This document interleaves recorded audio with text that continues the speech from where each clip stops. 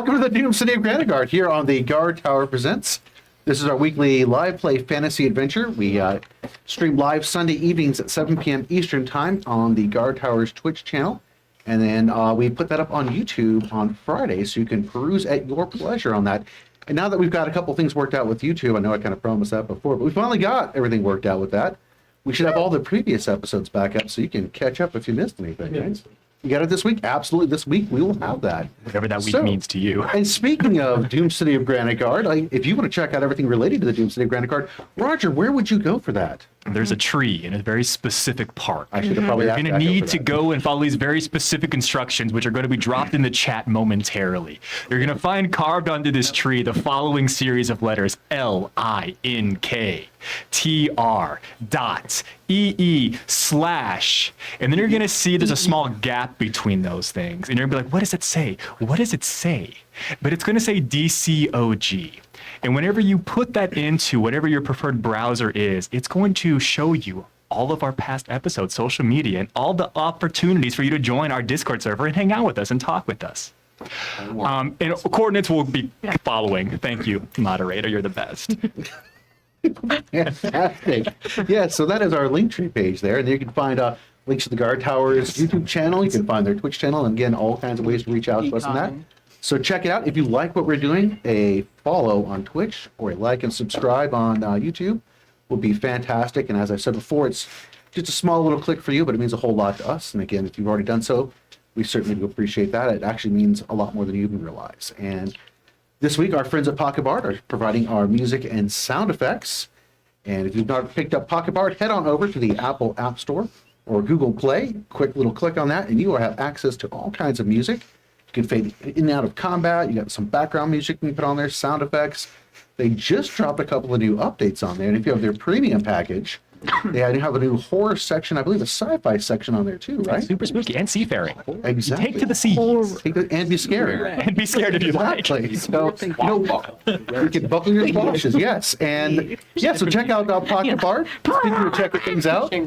You can you can head over to the Guard Tower and check out everything they've got there for your role-playing and strategy needs. You've got cards, they've got dice, minis, paints, maps, the whole 9 yards. You can visit them at the Guard Tower's East location, which is on Main Street right off of 270, very convenient to get to on that.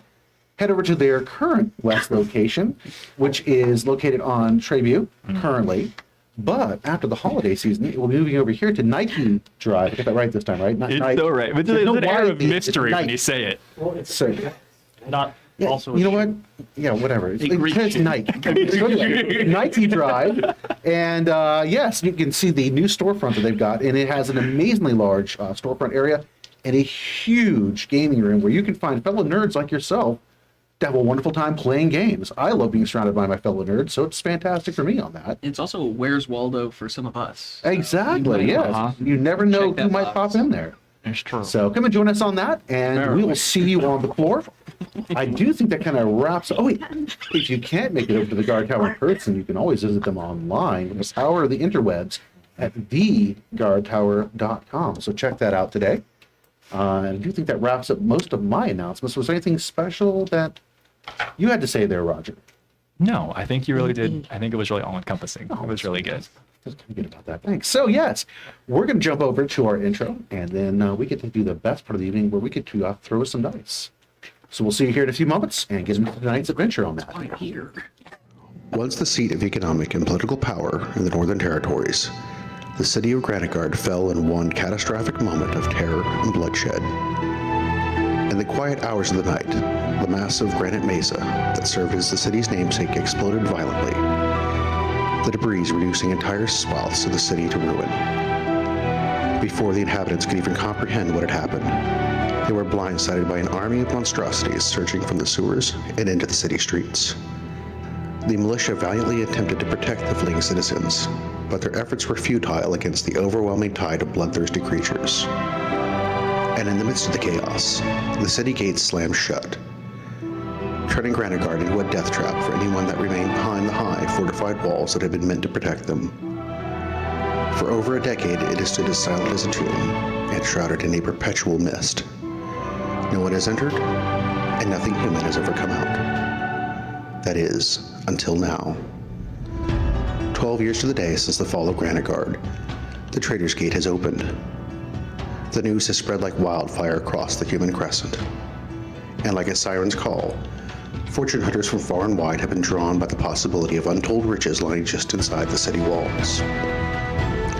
Daring the foolish and the brave to risk it all at a chance of wealth beyond their wildest dreams. It has also stirred the interest of old rivals. With no one from the original bloodline to claim the mantle of leadership of Granitegard, plans are forming in the dark.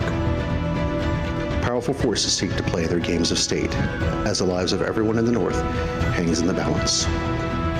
And in the midst of this all, 6 strangers have been drawn to Granitegard by something other than riches or power. Their destiny is tied to the events surrounding the fall of the city. Each of them must confront the past in order to find a way forward. Each of them must search for answers in the doomed city of Granitegard.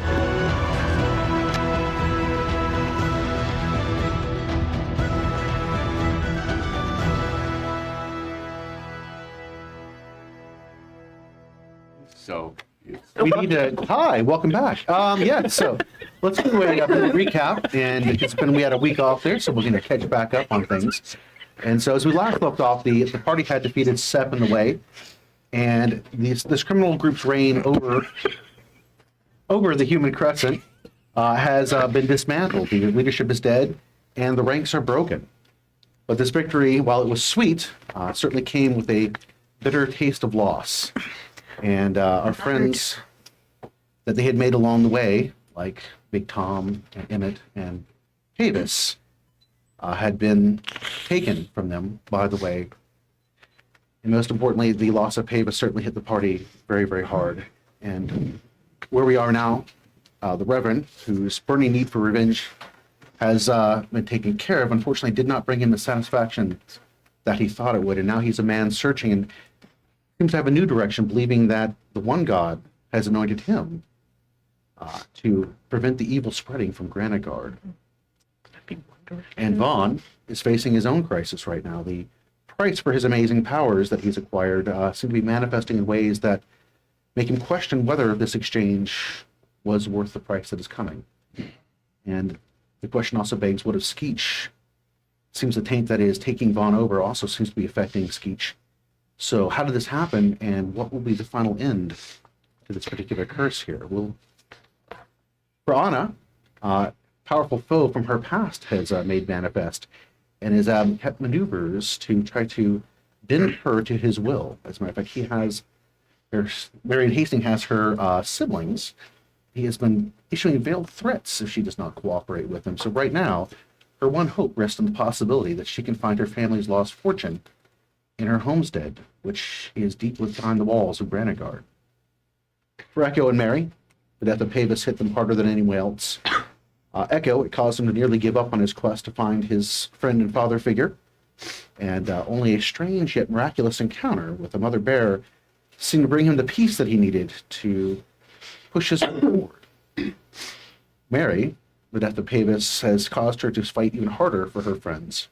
As a matter of fact, she is focused very much on this evil that seems to be consuming Vahn, and that looks to be her primary focus at this point in time. Poor little Yip Yip looks on at the human world and barely understands what she's seeing. Her childhood dreams and fantasies of these noble humans are now confused by the brutality that humans show one another, juxtaposed with the love and kindness they also have. So right now, Yip Yip has a bit of a crisis on her hands with that, but most broken at this moment is Damon, who has been forced to kill the only person that he actually truly cared about, as well as coming face to face with the fact that his mother was Sep, causing all kinds of pain and agony to the people that he cares about.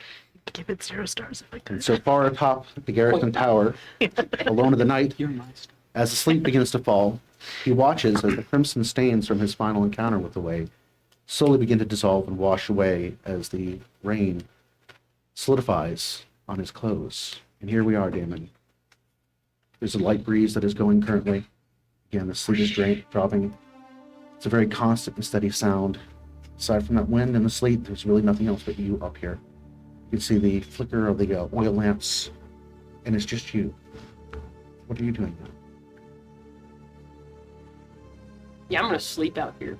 Gonna sleep out here? I'm gonna sleep out here. All right. I mean, I'm tired. I'm sad. I finished sewing the patch onto my jacket, so I'm just gonna go to sleep probably. As Damon has finished sewing it up, you have the jacket kind of sitting there in your hands. I take it just looking at that patch. And the emotional, physical exhaustion are hitting you right now. And it's, yes, you kind of thought in your head you might fall asleep up here, but it's actually hitting you before you even realize it. And your eyes close as you're almost sitting upright, still clutching that jacket. And now we move down the ladder and into the common area where the rest of you are at this particular point in time. Well, actually, a good chunk of you are. The Reverend sits in his bed under his sheet perusing a book. Skeech, for the first time, is actually laying in a human bed. Seems to be trying to sleep up on top there. Yip Yip is cuddled in her sheets. Echo, and I've forgotten where you were at this point. Where had you gone? I don't believe we established that. He was in his bed studying the Keystone. Keystone. Okay, we're looking at the Keystone. I know Mary was working on getting tea for everyone. And Vahn has returned from his conversation with Rose and is making his way upstairs. Making my way upstairs. Anna, you were also in the room, I believe, sitting at the table with the fireplace.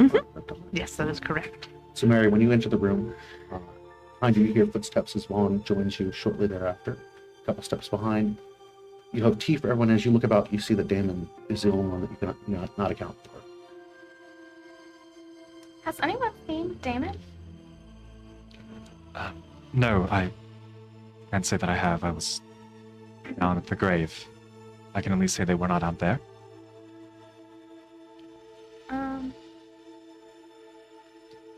I'm trying to remember if I've known that he has hung up at the tower before. Or on the Damon balcony often or disappears to the top of the tower to look out. That's something we've definitely seen several times so far during play. whatever. Cool. Then I would probably go and just check up there. So you set the tray down. Yeah. As you come up there, I'm bringing tea. bring the hot tea with you. Yeah. As you, I'm not going to make you roll for that, Oh, just great. because it's such a kind gesture coming up there. You broach the top with the tea, kind of balancing it. You're like, If oh, Guy can do it, so can Mary. we don't talk about how we have never discussed how Sky is able to do what Sky does. It just happens. Oh no, we have discussed it. You just got thumbs. The power of the one god and human kindness. You are. I mean, I'm not carrying a whole tray, guys. It's just one cup. Just one cup of tea. So as you lift the latch up and look out, you can see Damon's back is turned to you. It is hard to tell how long he's been up here, but you can see from where you are that there is ice that is formed on his shoulders and his hair, and he's currently not moving. Actually, a little bit concerning at Oh, this point. wow. Okay.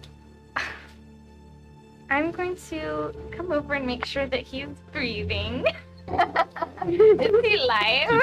As you come over, you can see, as you're paying attention, that there is a rising and falling of his chest, Okay. but it's almost as if he's in this I don't know, meditative stance, but like still poised. You can see that there's tension in his muscles, but he is definitely asleep.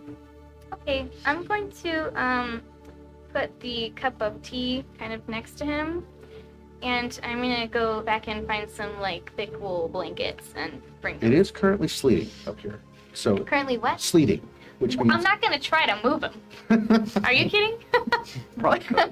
I'm going to leave tea and blankets. the tea begins to chill as you head down to find blankets for Damon. I will say, last time I did have the cloak that Echo did give me. Oh, okay. So I do have that. I did not realize that you had that with you. So that is a bit of a change. The cloak itself is covered in all the frozen exterior on that, but you're nice and warm inside there, so that is cozy. I didn't realize that you had that. My bad. I'm So, still probably gonna get a just blanket. Get the blankie and put it Yeah. around him, Yeah. and then head back down. Yeah. All right, so that's where Damon is at this moment in time. You return to the room where the rest of your party is at this point. Vahn, where have you gone to sit? I think I've made my way over to whichever bed I've been using.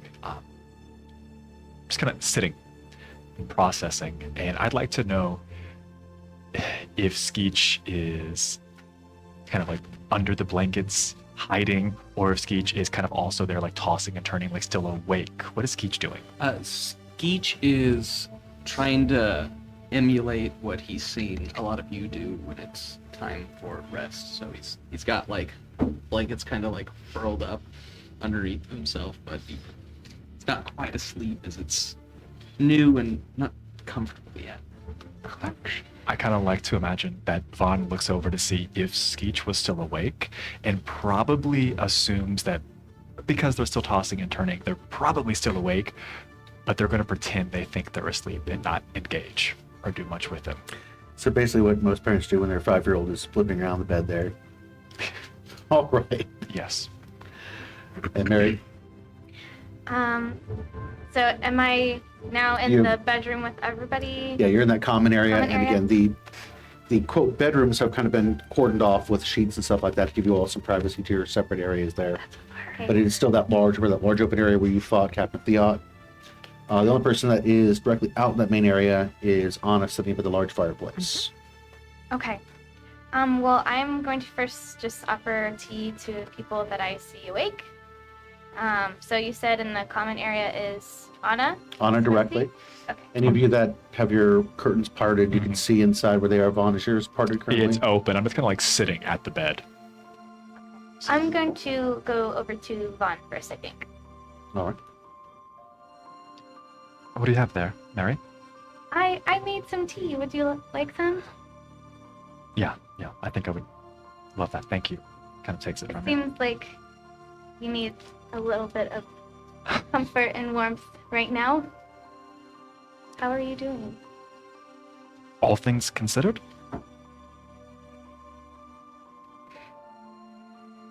Fine. She's gonna kind of like take your hand, look it over, like for all of the markings, so I see There's your veins look normal or not. there still undoubtedly looks like there is a wound on his hand. Is it getting worse? He kind of like looks around to see how close the rest of the individuals are who are in this space. I don't feel like there's much of a reason to lie to you about this. It's not necessarily getting better, Mary. So what does looking worse, what does it feel like for you? What does that mean?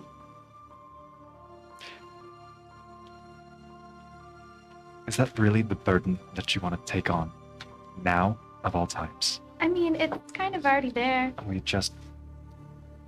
All I mean to say, I mean no offense. We just laid Pavis to rest. Hmm. And I kind of don't want to lay another friend to rest. And you there is like a genuine like combination of like fear, but also like self-concern as he kind of like reaches and grabs onto your hands. I did just like handed him the tea. I just want one night. I just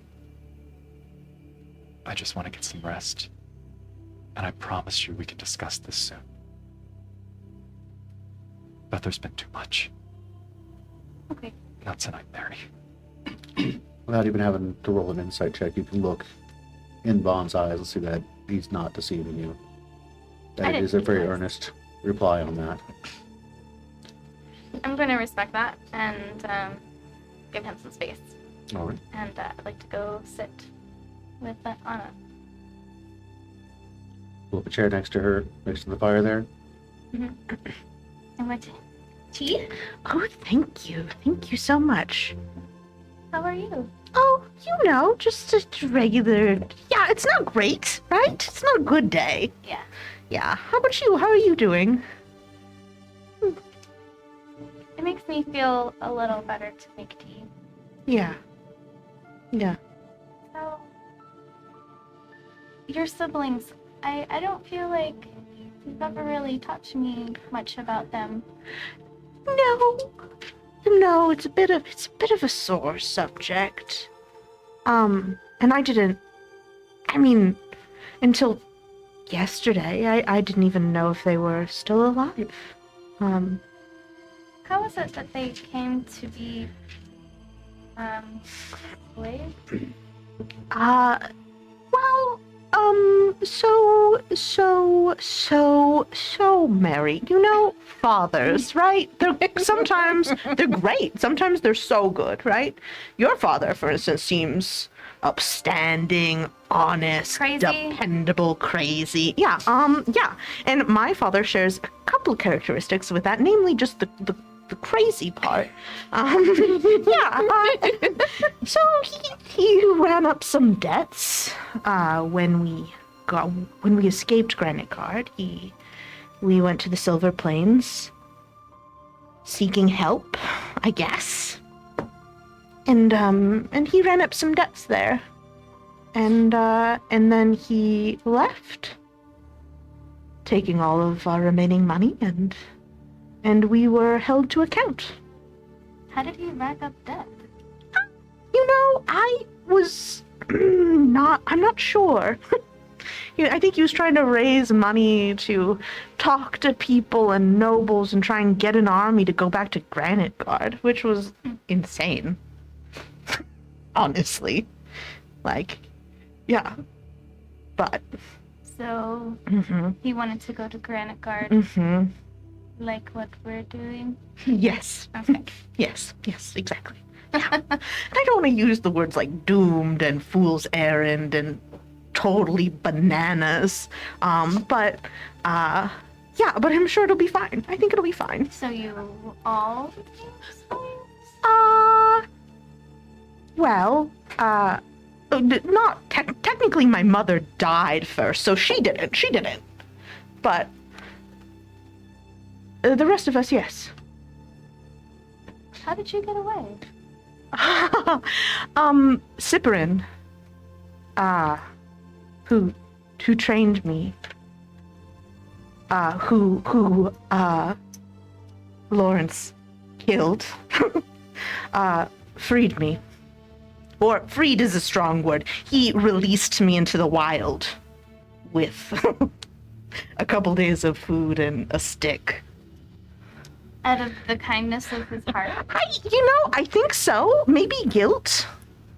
I was supposed to, I was apparently supposed to die in the arena in my first fight, which I think I think it was fine. I think it was going to be fine. I think they underestimated you. I think so too, honestly. It was against stupid Lawrence too, who's just the worst ever.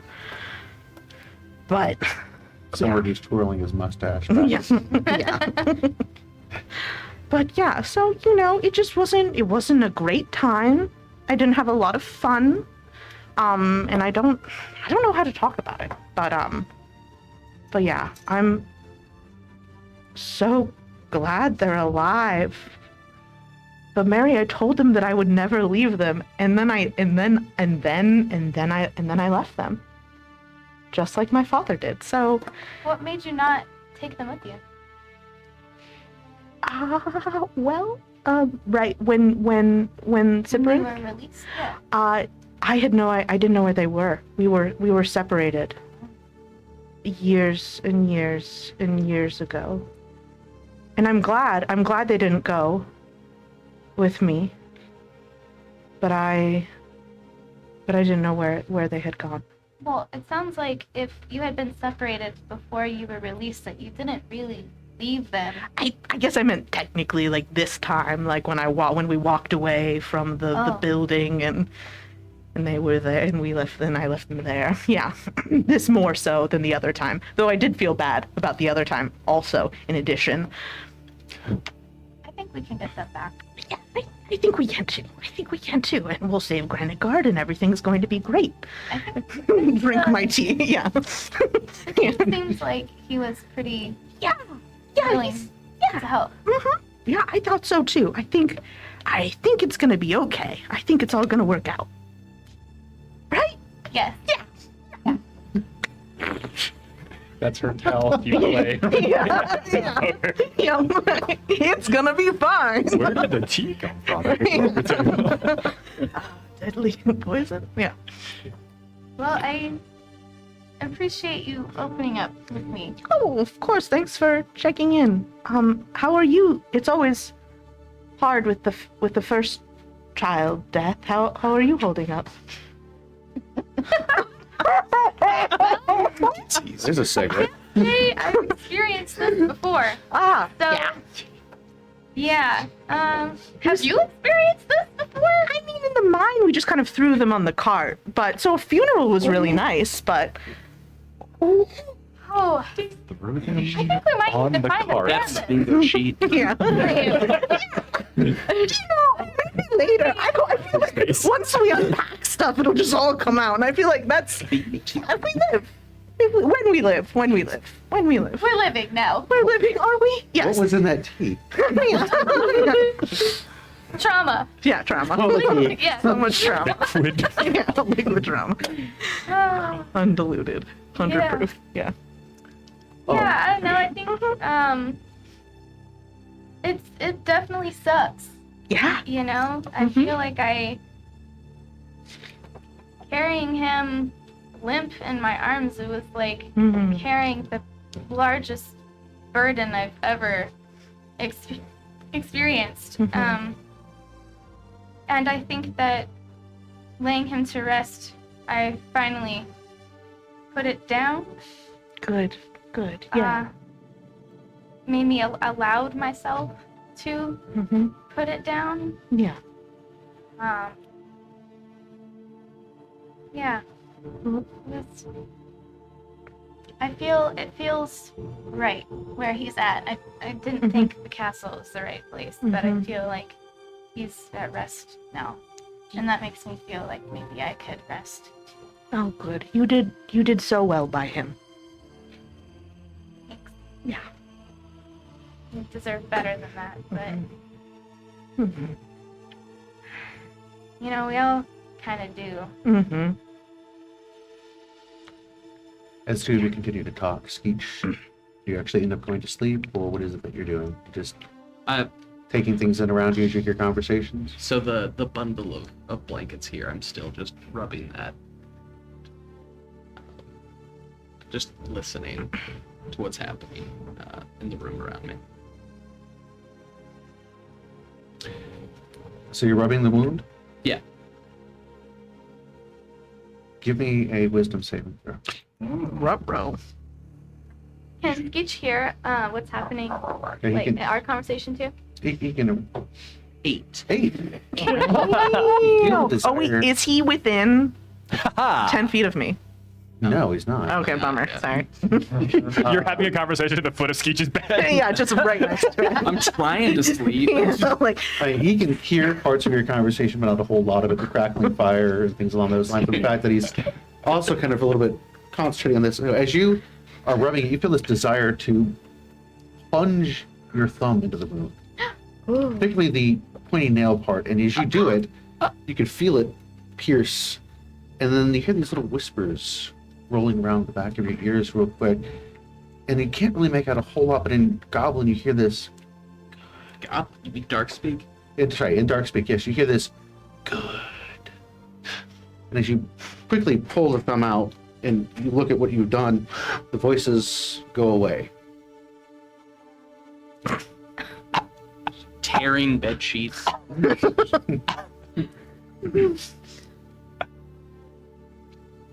Anything else that you're doing? I'm cutting the bed sheet up, like Wrapping it. wrapping the wound. Yeah. Cuts off thumb. oh. Exactly. Anybody see that? I don't know. That's what you can tell. Perfect. Your bunkmate is really fascinated with this book right now. No, wait, you two are bunkmates, right? Yes. All right, who is your bunkmate? Oh, we're the odd ones out. Wait. Are there bunk mates? I think we're the. I feel like Oh, you're the bunk one. bed. You're the only Got one, it, buddy. bunk It's bed. fun. And it Oh, looks like the best bunk bed from friend. Step Brothers. Well, yeah, because Damon had their own bed. Yeah. Yes, and then, Yeah. then He the got rats had a Who bed. has the top bunk bed? There's for them. I- That's I a personal question. Oh, I thought it was more so everyone had bunks. I think that was I don't a think so. choice that people could make, whether they wanted individual beds or, like bunk When beds. you say bunkmate, I just assumed the next bed over. I mean, the circle. I don't know. That's For whatever fair. reason, I got stuck with these little bunk beds stacked on, like they've got. Stacked on deck. You're the GM. Do I have a bunk bed? You've got a bunk mate that's in your, like a dorm mate, kind of like, college Is mate. it a Like rat? out I was gonna say it's the rat. It's Yip Yip. We'll just, Okay, cool. it's now canon. It's Yip Yip. I'm just gonna peek. Well, I have the bottom. Yip Yip I'm seems to be holding quite traumatized, sitting in her bed. She's been like quietly writing away, but she heard the rip, and like now she's like kind of peeking down at you, like, you good? No. Can I help at all?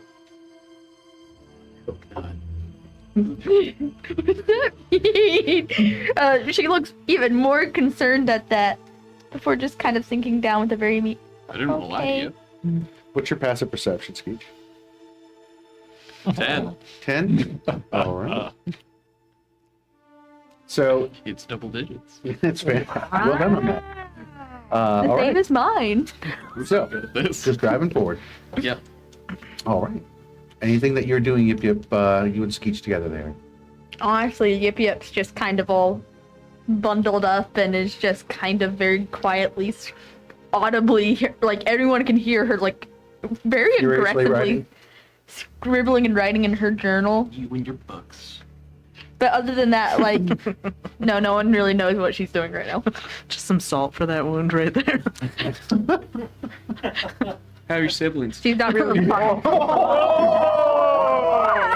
A chorus of small rat hands are like, whoa! You wouldn't know. That's right. I have no Somebody chose violence. My goodness. Every day of the week. All right. As I was saying, So back to Yip Yip. as I was saying, she's just kind of she's quiet, kind of like off to herself, like all bundled up, trying not to be seen right now, but very, but very audibly being heard, aggressively writing in her journal, but that's about it. Oh, Unless anyone actually, approaches her or anything. Echo, you're in your bed.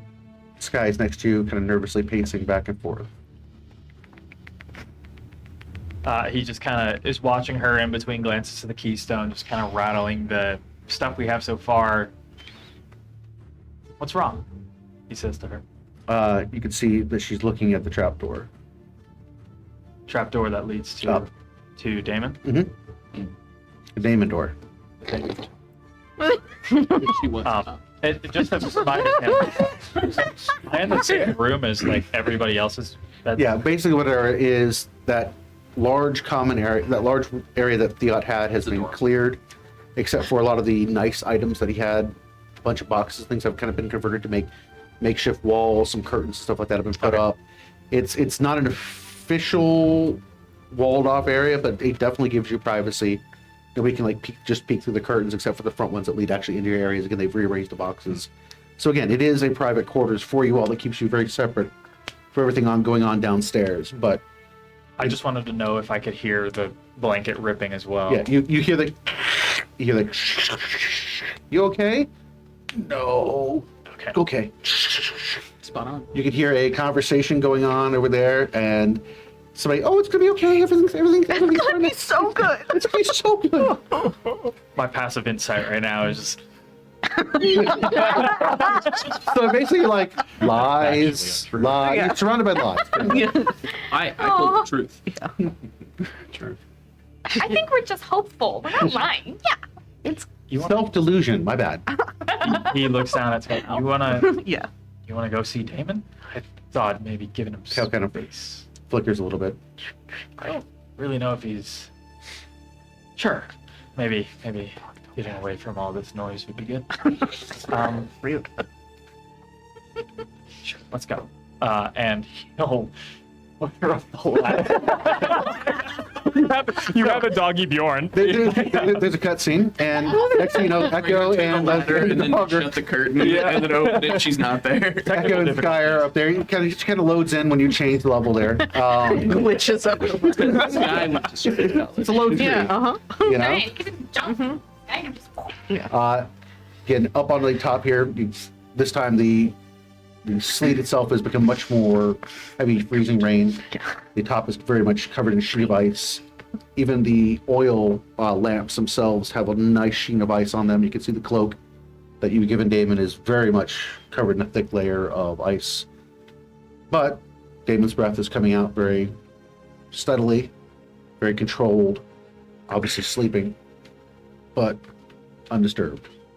And with a nice blanket. With a nice blankie and a frozen cup of tea. Delicious. It Gonna drink that later. Guy moseys over and kind of sits down next to Damon, so she's on the opposite side of where you're standing currently. Okay. Echo is just gonna stay back near the exit for now and just kind of watch. Well, this egregiously wet, warm tongue starts right about here on your neck and it brings itself straight up your face. It brings it's the process. Well, very much like a mother dog cleaning a puppy at this point. And there's a little bit of whining that brings you out of your state. It's very hard to tell how much time has actually passed. And this dog breath is in your face, and you can see it wagging little tail, and Sky is looking at you. Just gonna put this now so the dog breath is not just in my nose. Hello. Sky sits down. Wipe my face off, dog slobber. You're right, Damon. I guess it's a poor question. How are you? Fine. We know that's not true. I'm fine. I'd be more worried if you were fine, to be honest. It's fine. Things happen. It's fine. I'm fine. I'm just tired and exhausted, and it's fine. Well, if you want to, sleeping out here is only going to exhaust you more. Should at least be by everyone else who can protect you. Yes, I'll just stand up, Okay. slide a little bit. As you stand there, oh, like that, and you kind of readjust the cloak where you've sewn the patch, and just as you do so, something falls out of the cloak. Oh. And it looks to be a folded bit of canvas or something. Probably fine. I'll drop something. I'll pick it up.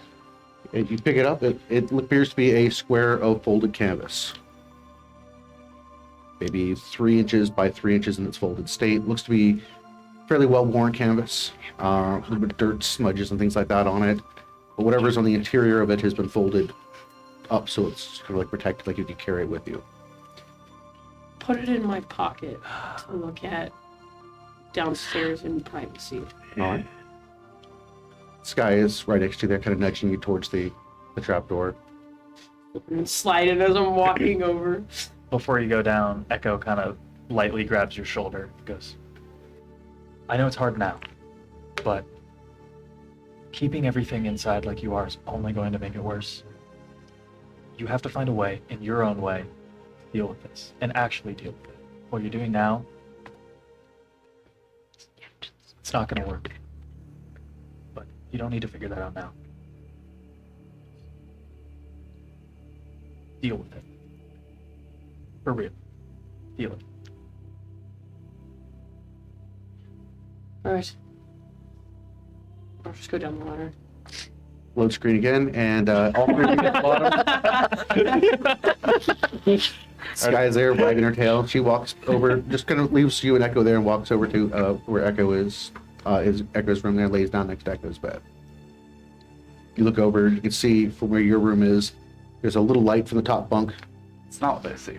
Oh, what do they say? I thought you had your covers up and looking. What they see is a Reverend Goodberry's peacefully sleeping, the look of slumbering baby on his face. Maybe even a little honk shoe. But that is an illusion. How do I? You guessed it, kid. Inside the bed, or just sitting in the bed, I am absolutely like bloodshot, eyes like pouring over the Arcanist cookbook, like looking for something, anything Delicious recipe. that will help me to prevent a tragedy like we just saw. All right, you spend quite a bit of time this evening doing that, and as you are deep into your endeavor, you find several items that definitely draw your interest. We'll deal with that here in a few minutes. So, Damon, off to bed? No, Okay. I actually don't want to return to the bunk bed that I share with Reverend. By the way, I don't- that mattress has been replaced. Thank goodness, but I'm not going there at all. I notice a sleeping Reverend, and I quickly look away, Mhm. and I try to find, even though it's the common area, just like a secluded place. That's not that hard. Remember when you all first had come up and the way the boxes were set up, how it had directed you towards one corner? That area is where a bunch of the older that unused boxes where there's really nothing in them have kind of been stacked up at this point, where they kind of be busted up, used for wood for the fireplace, or maybe storing things. Just kind of an area where things they couldn't figure out what to do with, they just kind of stacked up over there. It is a relatively shadowed, quiet area over there, far away from the regular common sleeping area. That's where I had. Okay. Is there like a chair over there? There's a smaller box that you could slide up and sit against another larger box. All right, I'll do that. There we go. It works, kind of like a college dorm, you know?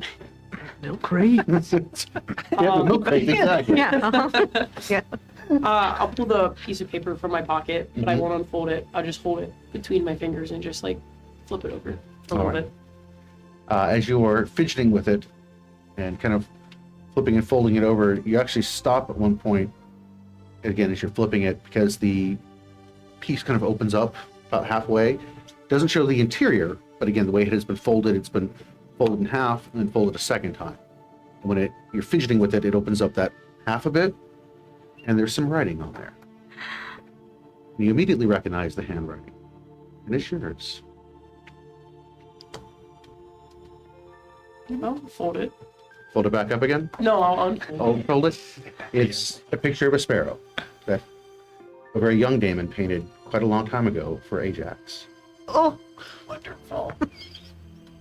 What a great time. I'm trying not to cry again. I will quickly fold it and put it back in my pocket. And as you do so, as you're tucking it back in, something clicks in the back of your head.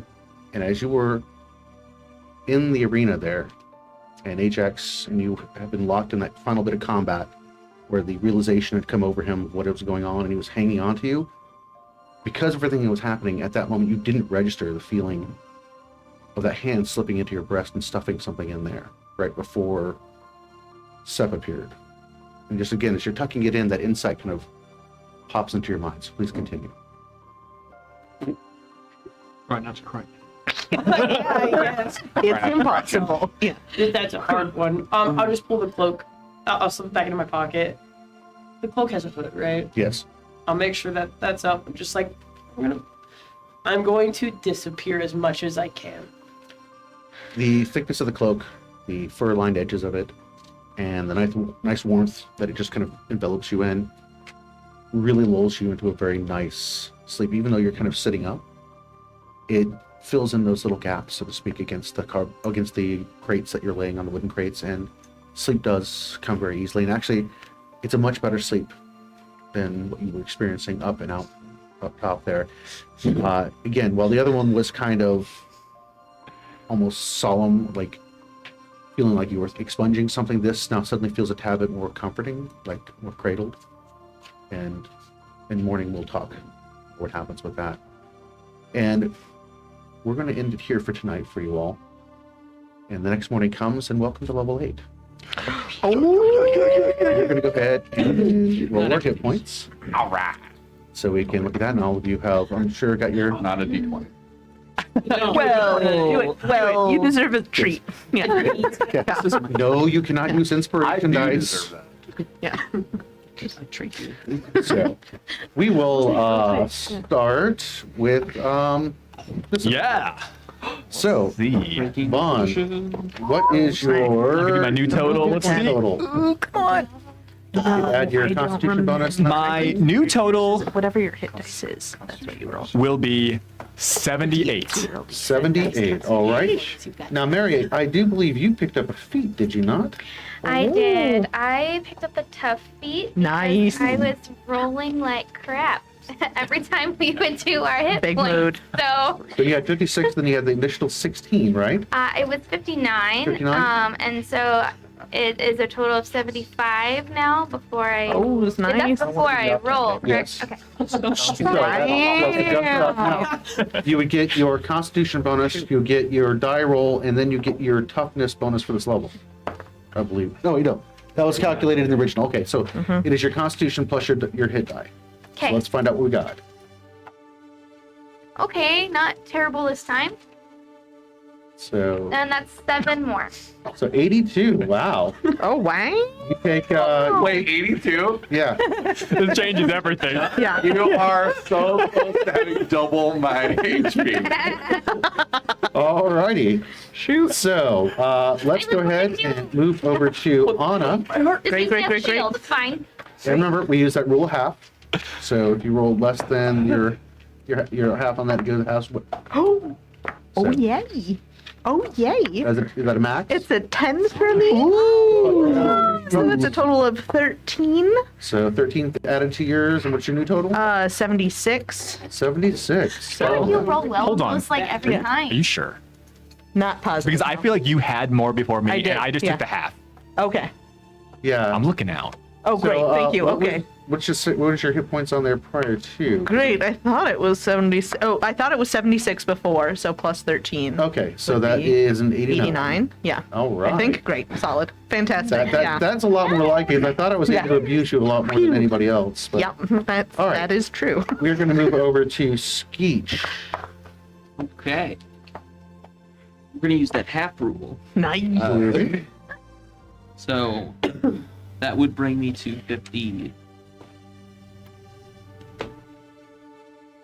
1, 2, and then because of my clotting agent feature, that'll bring me to 53. 53. Nice. Who did you hire as your agent? Oh, wow. Mouse. Name's Henry J. Clock. Alrighty. Wait, that sounds like the Reverend's friend Goblin. Let's go ahead and look at Yip Yip.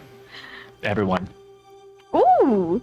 It's That 9 is a from my angle. What? no. I was gonna say, that's the wrong one. That is my HP is now 73. 73. It's what? What? Wow. Wow. Dragons, man. Yep. Classic dragon. Alrighty. Now, none of you had an adjustment with your level raised to your AC or anything, right? So far? Okay, so there's Unless you anything. let me. I mean, I will. Yes, please. Will you write down whatever we say? Yeah. No, we still have rules we must abide by. My AC is 25. Yeah. I would also like to get it. a roll it. It's true. So Echo, Yeah. how's that roll going? Well, feeling not so great about my hit points after hearing everyone's got better than the off tank. Let's see. I got +8 to 64, so that'll bring me up to 72. You're doing Alright. right. What's Yeah. What about Sky? what's your cost? Sky also has a D10. Mm-hmm. I forgot to get her thing out, but I'll roll this. She rolled half, so we will. So give her- 5 plus her Constitution. That's not it. Where is he? You know, I would kick myself if I didn't ask. Is there any way to add our coins to our HP rolls? No, I already said said that earlier. So you always- And the reason I said that earlier is because I've had that asked in the past. See, I didn't know that. Here she is. So if you Not Okay. rolled right a 1, you still need So 5. If it that will was bring 6, you her do up this. to Do you want to maybe like A recount? We can 73. 73. All right. In case you want. We're going to move over to Damon. Well, because we know what. That'll be Else took a- What the level. So 9. We could do 8 times 5. But I Plus your am dumb plus and eight times your don't have my handy dandy little character sheet in front of me, so I don't know what my HP is to add 9 to. 54 plus 9 will be 63. Epic. Like I said, it's the same That thing, number. kind of, but you always get That number it shall be. maximum at And level 1. dear to our So hearts, but last in the current lineup, Reverend. You would have had.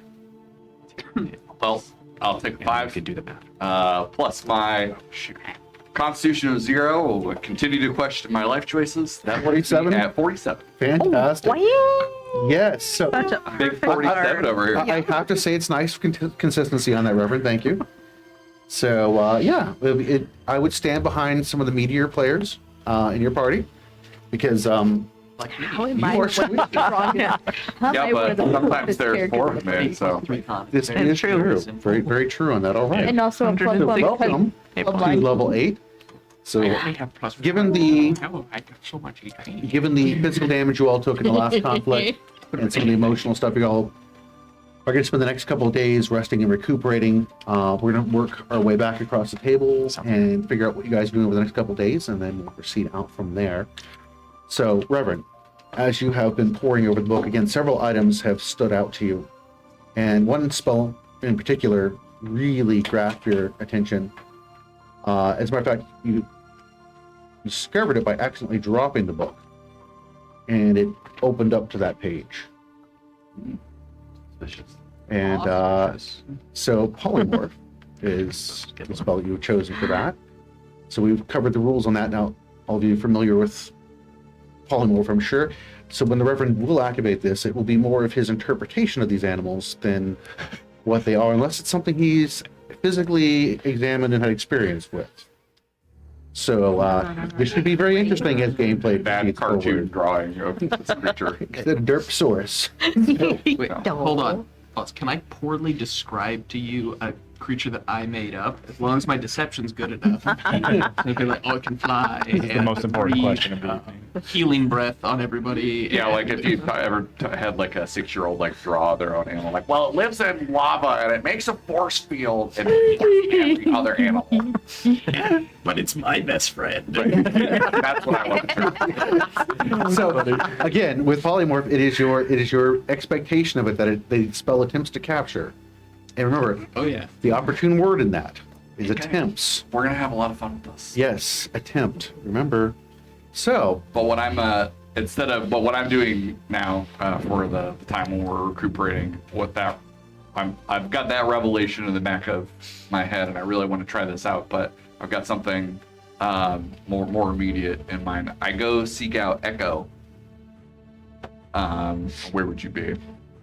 Surprisingly enough, if this is the next day, he stayed up the whole night on the roof where Damon was.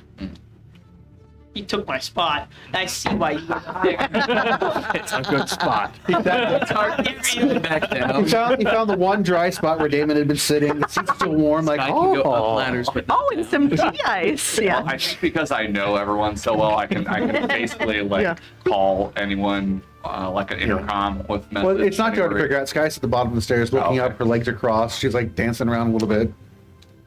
Sky, is he up there? You get the wine. Nobody's let her outside to go to the bathroom. So I climb up the ladder. It's pretty breezy out here, Echo. Yeah, that was actually why I stayed up here.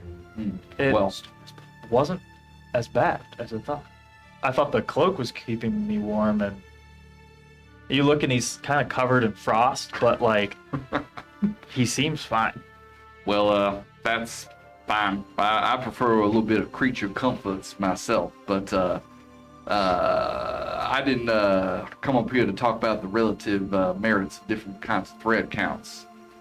I thought we've got a little bit of downtime here. I thought perhaps, well, I don't know, what do you call it? I thought we could spa. That's what You want to train? Yeah. Okay, good. We need to work on your form immediately. Oh. But oh, good. Well, to be honest, Echo, I really appreciate this. Before this, I never really had to worry about my form because, well, when you're dealing with people that you cheated in cards or jilted lovers, things like this, the way I can make my sword turn into thunder, that usually I just pointed at them. But I thought perhaps you could help me swing it like you do yours. well, I don't really think your style is swinging. I think we should hone in on that poking you do. All right. But focused. But like really good. Yes, because, I mean, who we're dealing with in the future, I mean, you don't need me to tell you that this isn't a game of cards. No, it's So, not. one wrong move and that's it.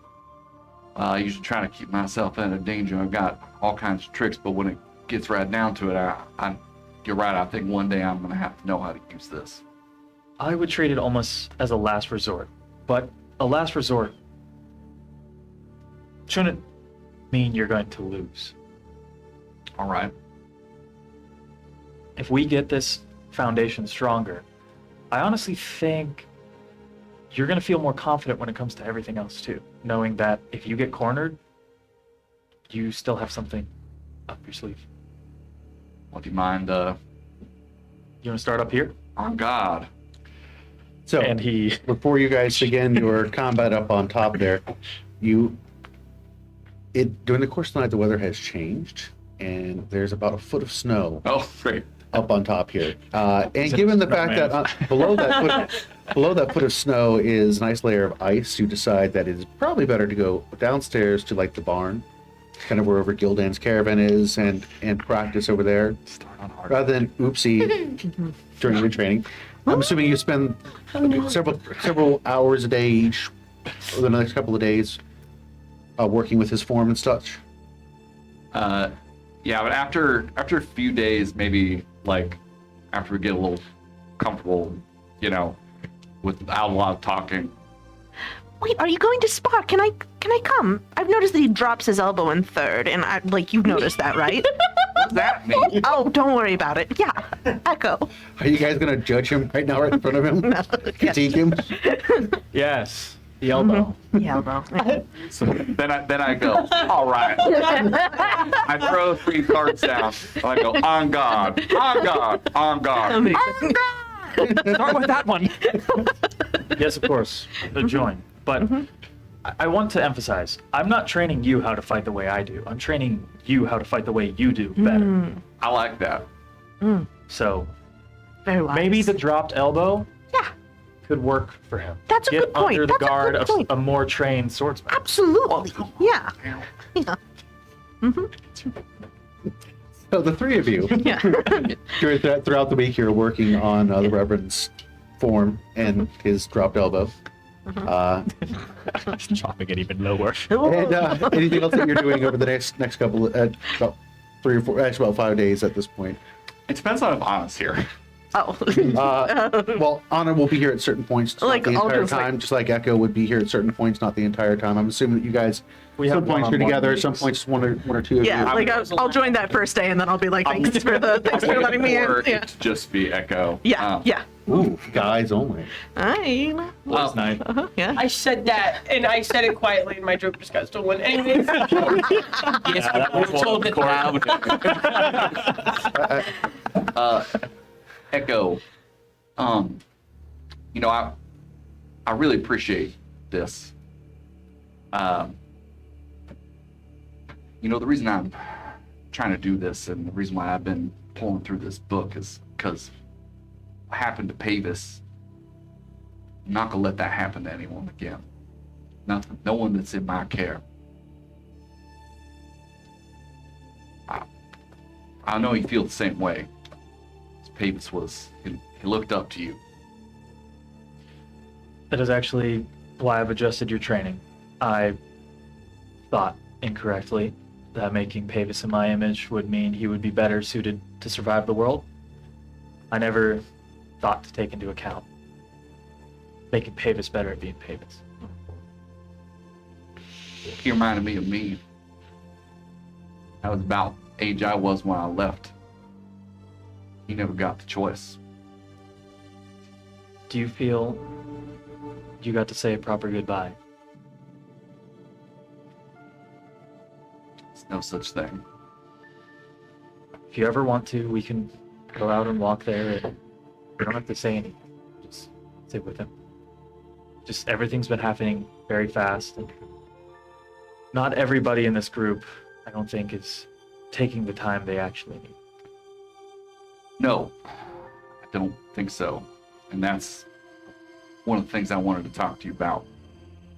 I don't know that everyone in this group is ready for what you have to face. I don't know how to say this, and I'm worried that if you don't feel the same way as me, this is gonna cause a problem. It's Vahn, Echo.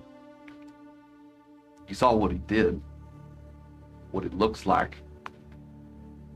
It's certainly unnatural. He's supposed to be the king.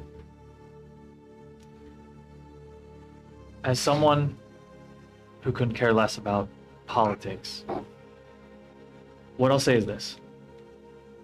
Vahn's methods are unnatural, and to be honest, they're downright despicable. But the man behind it all is somebody I truly think is a good person. No doubt about that. I know he means well, but he's dealing with forces that none of us understand. And I just don't know if people will accept him as the king. If that's the end game of all this, I just don't know. Reverend, the one good thing that he's done is surround himself with people he can trust. That is something based off of George, who seems like an okay guy, he can't say the same. So the fact that Vahn has people like us who don't agree with him on everything, but ultimately want him to do what is right, I think is the most protection he could possibly have. I think if you need another reason to stay, which I don't think you do, Vahn, if he's king, if that's what happens, he'll never be doing it alone. He'll have you, he'll have Skeech, he'll have Mary, or whoever's here, whoever's not. It's in some way our responsibility too, even though I'd love to just leave it all behind too, when we're done with this. Road's calling me. Once we get done with this business, I'll be on my way. But in the meantime, Can I ask, what is on the road that you must keep returning to so badly, and yet you still come back? Are you not searching for something stable, finally? Is this not it? I've never known that. I left home as soon as I could. I left what was left of my family behind, and then look what happened to her. Now I got nothing left. You say that. You have impacted countless lives of people miraculously tasked with dealing with essentially a god. And they're not nothing, they care. We care. Genuinely. Leaving it behind is your choice at the end of this if we survive. But there are people who need you here. I guess that's what it is. I'm not used to people needing me. But I'm not going anywhere right now. And like I said, I'm not going to let what happened to Pavis happen to anyone else. And if I feel like Vaughn's decisions are endangering us, I need to know that I'm not the only one that's going to stand up to him. I'll tell you this. If you want to speak to him, I can help you bridge that gap. I know early on when we met there was somewhat of a clash of egos, but I think ultimately Vahn seems rational. He will appreciate criticism if he knows that there's care behind it.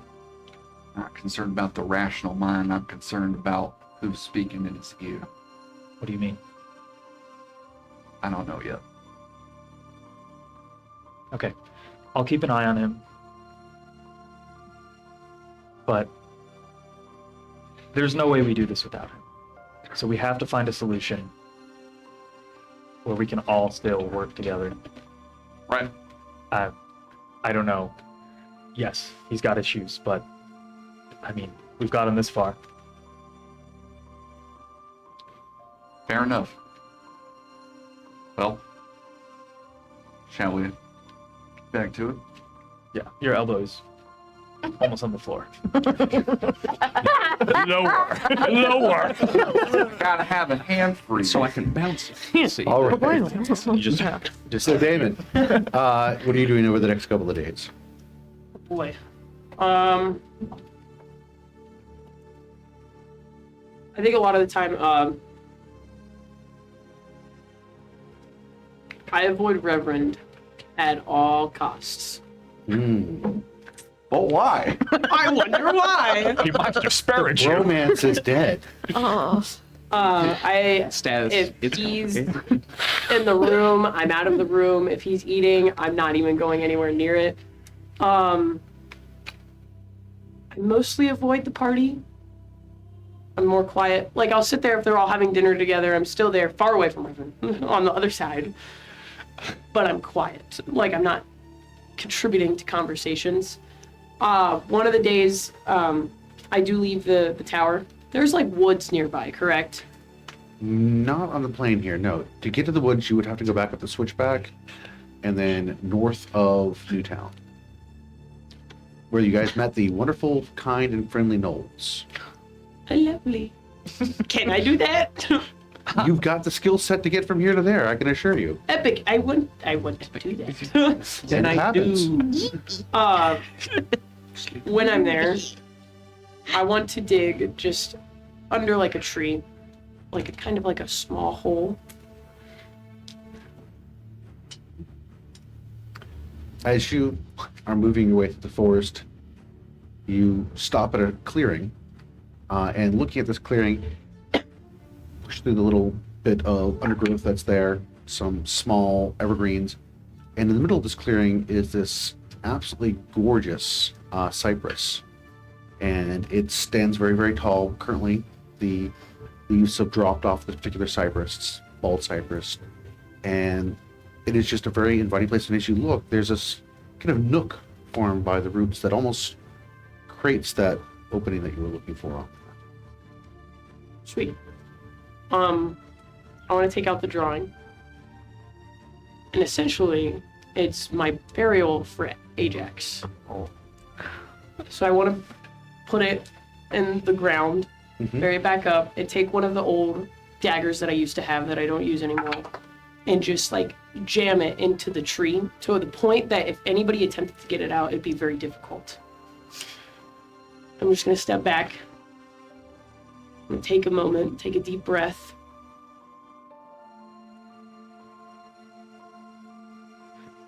You should be standing here instead of me. You were a better man than I ever was, and I ever will be. I don't know who I am. You did. And I got you killed. Like I get everyone killed.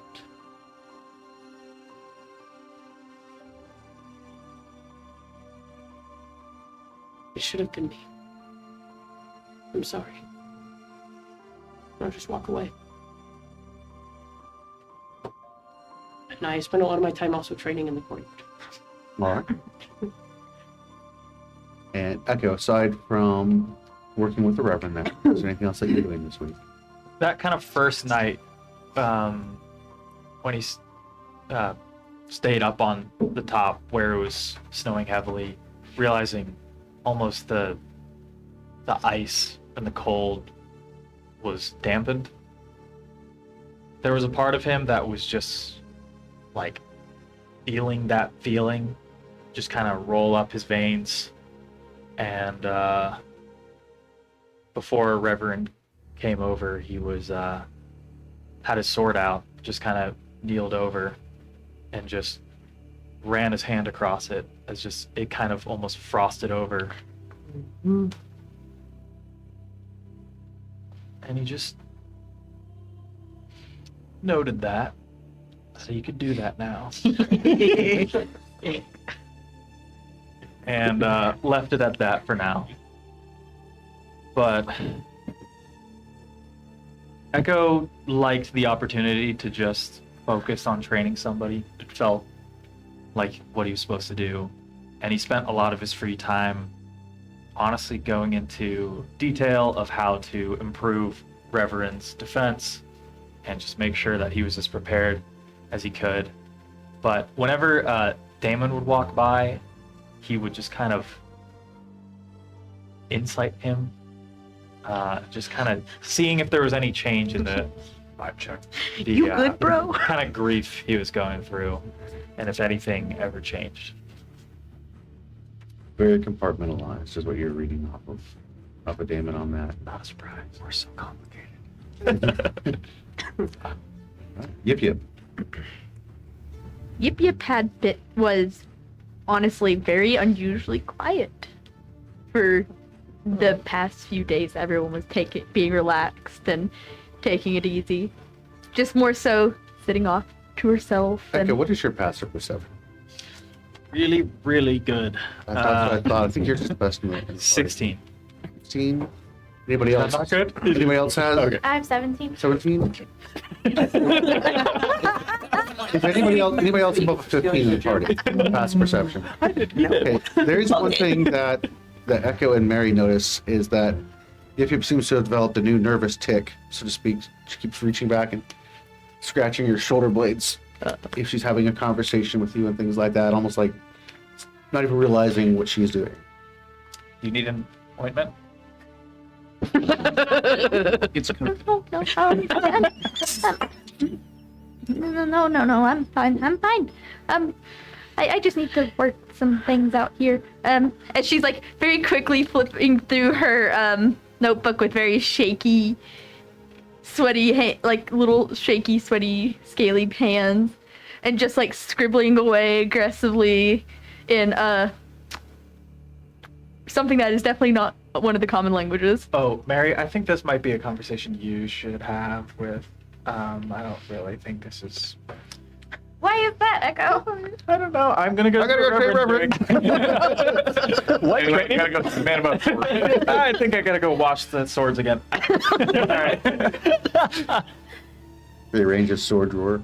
Yeah, she basically is. I don't know if anyone actually approached her, but basically is just very jittery, jumpy, on edge, quiet, and constantly like going back and forth in her notebook, like flipping through pages and trying to understand something or another, but not saying much else. All right. Anybody approaching Yip Yip or anything along those lines? I will. All right. If I'm noticing. Well, I was to say, pretty much, I believe Echo pretty much grabbed you and threw you into her. room. Yeah. Okay. Hey, look over there, Mary! And then, Oh god. and then he passed without any traces away. Smoke bomb. Where is it? No, that's my thing. Oh, Yip. What? I'm gonna like put my hand on her shoulder. Oh, Hey. you feel a knob. A knob on her shoulder? Mm-hmm. Oh, are you, what is that? Are you okay? Is this normal? I mean, I'm not super familiar with your race, but that doesn't was that there before? She like kind of had frozen up now.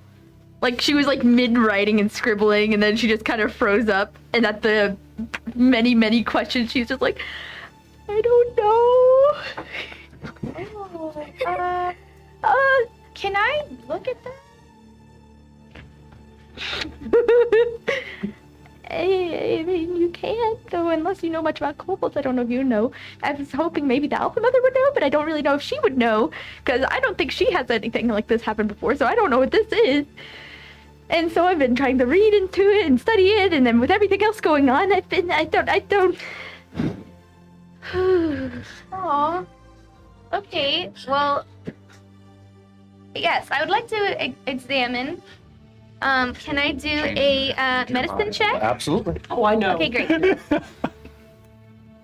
you need to find one of those books that says like there might be changes happening to your body. And Yeah. you don't understand. The birds and the bugbear. Yes. Yes. You should do this. Oh, I'm good. Whoa. I got a 17. Okay. Looking at it, it looks like above the shoulder blade on either side is a protuberance that looks kind I'm of sorry, a right. what? a bump that's forming. On, like it's not just a bump. Like it's almost like a knob that's come up, almost like an antler. When an antler begins to form on either shoulder, it looks a little red and irritated there. As it pushes up, it's hard and bony. And it's red. Like Yeah. it looks inflamed. Well, and it looks irritated. it looks irritated, Okay. which might explain why Yip Yip keeps It's on both sides. on both sides, one over each shoulder. Have you ever seen this with any other kobolds? No. If anyone, I would probably be the one to know about anything like this from happening before, because I'm so talking to all the other kobolds in the kobold city. I've never seen anything like this before, and as far as I know, the Alpha Mother has never told me of anything like this. And per the notebook, there's nothing in there too, so I don't really know what's going on right now. Well, I can see you're very distressed. Would I assume I would not have any information on this whatsoever. Yeah, you're like, well, that looks different. That's obviously caused you discomfort. It wasn't there before. Gnarly. Would I have any? Amazing bedside. Yeah. Wow. Just gotta cover it back up. Like, let's just hope that goes away on its own. It's an ointment. Yeah, honestly, that's what I want to do. Did I have like a anti-inflammatory? Yes, you do. Your little kind medical of- kit there. Okay, great. I'm going to take this like white paste here. I'm gonna have my little like tongue dispenser. I'm just gonna like kind of Slather it on there real nice. lather it. I'm gonna put a little bandage, like a little bandage. Medicine, please. This is amazing. Very empty. 12. 12. You're like, perfect. Looks great. Good. Cover it back up again. You're like, that ought to take care of it. It actually does itch a lot less. So, But she's still really shaky looking right now. She's like, this started happening like the other day, and now with everything else going on, and I don't know what's going to happen anymore. Well- And I'm worried about going into the city again, because clearly we have to go to the more dangerous parts starting soon. Maybe Considering what I've been during hearing from this you. relaxing time, is it possible for you to go to the Alpha Mother and ask her what's going on? She visibly begins to sink down a bit at that. It's like, I don't really want to. Why? It seemed like the perfect person that would know anything. more than likely, you guys could stop by on your way back into the city. But remember, even when you get into the tunnels, while it is mostly secured, there is risk moving down in the sewers after you come out of the connection there. So, yes, you can go visit the kobolds, but remember, anytime you all are moving within Granitegard itself, whether on the surface or below, there's much less risk in the sewers, but there's still always a degree of risk. Well, I mean, it seems like she needs some help. I mean, I've done what I know to do. Maybe we should take this to our group and see if we can make a trip of it. Clearly nervous, Yip Yip just kind of sinking down further, like pulling her little hood up and Why just like are you so nervous? she's like tapping her little claw against the table now, and she's just like, because if I go to the Alpha Mother and I talk about this, I know it's probably going to be a thing because I'm the heir, and I don't really want to hear about that right now on top of everything else. But if you're the heir, don't you think it's most important to be healthy? And what if this gets worse? What if it develops into something bad? Like, you should take care of this while it's small. Maybe it just means I don't get to be the heir anymore. I mean, I don't think that being an heir means that you can never have a health issue. It seems like something treatable. I mean, like, if you could develop this, I'm sure any kobold could develop this. I don't think that this is going to be something that is... I don't think it's something anyone can develop, since all things considered, I've never seen this before. Maybe they just didn't show it to you. I probably would have heard of it given my position, but I don't really know. It doesn't seem like something that's just going to go away on its own. So I think that seeking help is your best bet. Because if you're worried that this is going to prevent you from, like, gaining your position. Not really worried about it preventing me from getting the position. What do you mean? She very visibly like pulls her little hood down more. Is like, I'm worried about taking the position. So I don't know. You don't want the position? I mean, I kind of have to take it, don't I? I'm the only kobold in the brood who can really cast magic, and I'm female, so I have to take the role of the Alpha Mother eventually. So I have to take the role of the Alpha Mother eventually, or the brood clan's gonna fall apart because the Alpha Mother's sick. The Alpha Mother is sick? With what? Age. Okay, just age. Okay. Getting old. I never thought of age as a sickness. Well, I mean, it's not, it's not exactly sickness. I mean, I mean, Too late. believe me, I feel like it's a sickness sometimes. It is. Yeah, but you know, Contagious. like as the Alpha Mother had said, that she's reaching a point where it's going to be time to pass that Yeah. mantle on. Okay. So that was a conversation that we all had quite Yeah. a while back. But yeah, being old does feel like it quite sometimes. And you still got it, but with sound effects. But anyway, yes. I mean, I kind of can't say no unless I want my whole clan to fall apart, because I'm the only one who can take the position.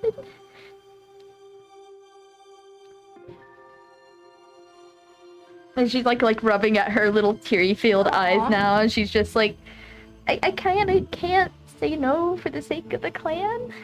Even if I really want to go exploring and seeing the world, and I'm trying to learn more things that I really want to learn. I kind of have to take over the clan, and with this whole fate thing and having to travel through the city and help you guys out, it feels like it's a lot more on top of that too. And I didn't want to say anything, because you guys are clearly really stressed out too. So I was just trying to be quiet and not say anything about it. But it's just gotten worse and worse and worse and worse and worse. Yeah, that's kind of what happens when you suffer in silence. It tends to fester. No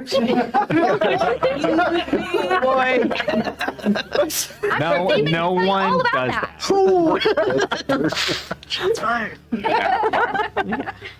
I didn't want to worry everyone on top of everything else.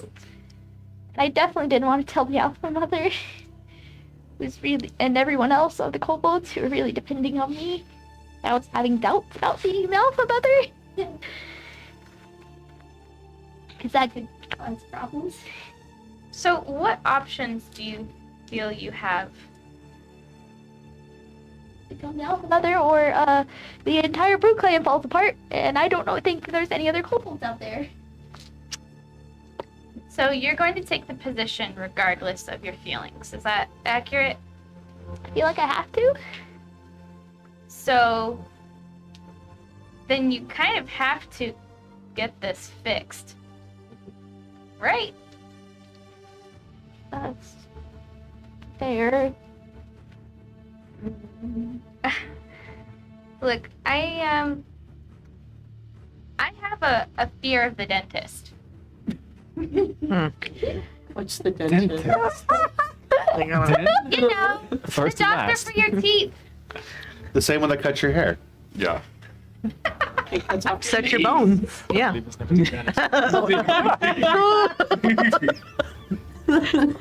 we have? And sometimes medical stuff is scary, which I think is maybe why I like to be so invested in medicine, because if I know the ins and outs of it, then I can be less afraid. But Do we have to tell everyone else then? if you want us all to come with you and ensure your safety, I think they probably might need an explanation. Maybe you don't have to go into detail or show anyone if you don't want to, but you should probably give them some explanation for wanting to go back. Okay. Like, just the quiet little sneaky okay, as she's just sitting there, like, trembling now. It's just like, okay. We're going to take a quick break and move on from the existential crisis here. Everyone, Of, you have something to tell you. well, okay, so we'll see you after our quick break and jump back into our adventure from there. We'll see you in a few moments. Give me your teeth.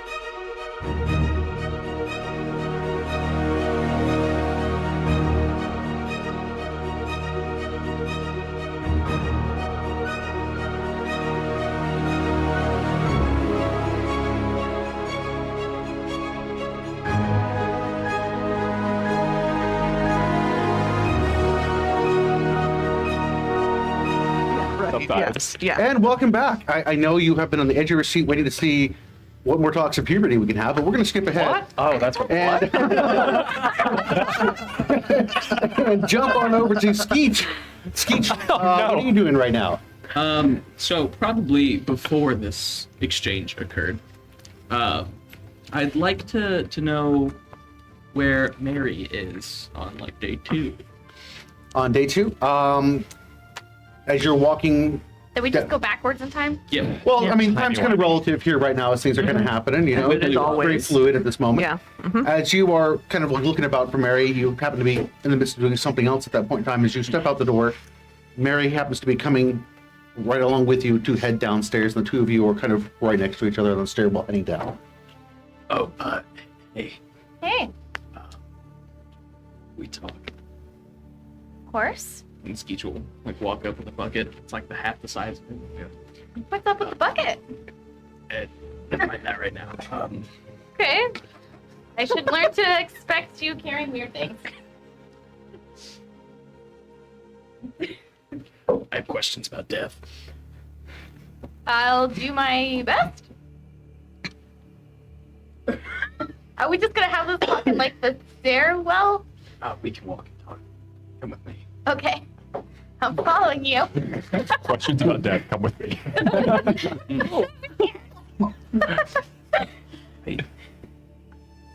So as you proceed down the 300 stairs from the top towards the bottom, Aren't we all? I don't think you have answers. We'll see. What happened to Davis after? Well, I don't think there's a definite answer for that. My beliefs with the one God is that there's a life after death. I think that we're not our bodies, we're souls, and our bodies house our souls. And Ghosts? kind of, but our bodies are what tether us to this earth, that allow us to interact with the world, right? Yes. So whenever the body dies, I like to think that our souls are released from this body and then go on to their next stage. Does everything go to the next one? Yeah, I think so. Even those monsters? Well, I don't know. I think probably something happens to them. I mean, I think it happens with all creatures. So if we go through all this, we ended up winning, does that mean you're gonna have to have another weird conversation with your grandma later? Well, in theory, maybe I can choose to not talk to her in the next life. All right. Just kind of wondering if monsters, people like you, come to the same place. Well, are you implying you feel you're a monster? I guess that's not really something I get to answer. Well, I like to think that in each life that we have, we're given choices of Wait, we get more who than we one. can be. Well, you have choices in this life, right? To make right choices or wrong choices, or choices that benefit others and ourselves or hurt others and ourselves. Yeah. So I would like to think that in the next life, you have choices too. And maybe it's possible that monsters in this life may choose something else in the next life. Choices are something I'm still getting used to, honestly. What do you mean? Well, I mean, for the majority of my life, people make choices for me. So it's been strange. What choice do you want to make? Right now, I think I have to help everybody here. Do you feel like somebody's forcing you to do that? Me, Oh, yes. as weird as that sounds, but And it doesn't sound weird. I feel like my heart and my mind don't always align. look, if we make all these choices in this life, the next or whatever, in this one, I can pretty much just hurt things, and you can fix them. I guess I want to say thanks. I'm confused. What do you mean you just hurt things? I can't fix people. I can fix things, I guess, but not people like you can. And Well, I feel like I can't always fix people. I fix the people who want to be fixed, right? I mean, like if somebody's like bleeding a lot, you can make that stop. That's kind of the angle I was thinking about. True, but you could also build things to do the same thing, couldn't you? Like a belt. Sure. Yes.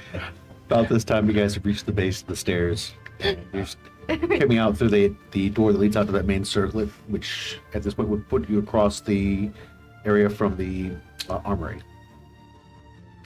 So as we end up next to the basement door there, right? So I'm gonna go ahead and take care of this. What are you taking care of? Oh, Yip Yip's been pretty sad, so I figured I'd get something that reminded her home. Aw. I don't really know how, but I'm gonna go get some spider milk. Wait, you're going to the kobolds? No, I'm going to the basement. You're going to the basement? Yes. Spider, do not open. I'm not advised against that. Oh, you can come if you want. Oh, dear. Is there a spider room in the basement? How does Osha feel about that? Can I talk you into maybe not going down there? Probably, but it's a little late, and I'm gonna open the door. Oh, okay. And what you can see is that now that you're looking, that Skeet's going to step out of the way because he's reaching to open it. The locks have all been removed, and the two planks that were nailed in place are laying on the floor. Like, obviously, there's been some prep work that Skeet just thought about. He must have gone upstairs to get the bucket out. So he opens the door with kind of a Skeet look. Oh, See you soon. no. I'm grabbing it by myself. Spider noises intensify. And I'm gonna go downstairs. Oh, then. God. And down into the darkness, Skeet And just walk descends. down. It's great. And I'm gonna go too. you're going to go too. And behind them, the door closes. Can't leave down there by myself. And anybody that's kind of looking towards that or that direction You can't suddenly see in the hears dark. sounds from Skeech arguing with some things. Down.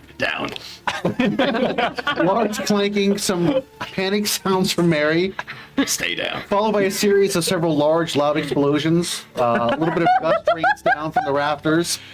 Some clanking, Not some how I thought the banging, evening was gonna some large, strange squealing sounds that you didn't think spiders could make you that, or it's Mary. You're not quite sure which one. It's probably me. And a few moments later, Skeech and Mary emerge from the basement. The door closes, and Skeech has a bucket of spider milk. I'm just gonna be walking by from the kitchen, like with a pile of like cakes, like. Yeah, I'm looking very traumatized. It's fresh.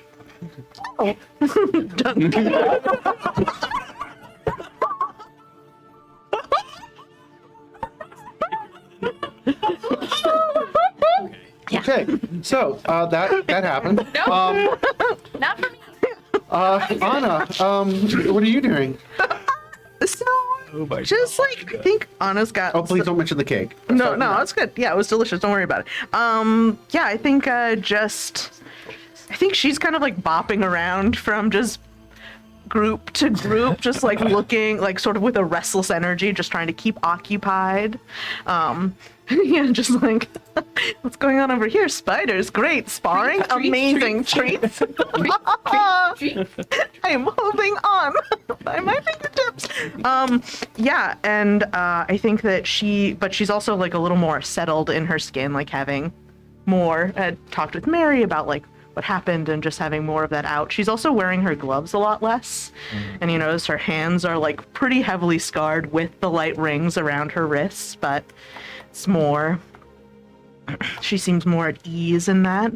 I think she's also going to spend some time embroidering stuff, like 2 handkerchiefs for her brother and sister, just whenever to kind of direct that restless energy into, as sort of like for hope for the future that she'll be able to give them to them. And then finally, I think she's going to find Damon practicing in the courtyard. And it seems like we've had some really great combo opportunities in the past. And I was wondering if you want to stay busy, I want to stay busy. Maybe we could develop some more.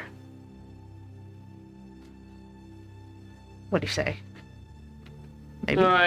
All right, fantastic. Okay. How far can you run? And then I just want to like come up with all these different elaborate like That is a threat.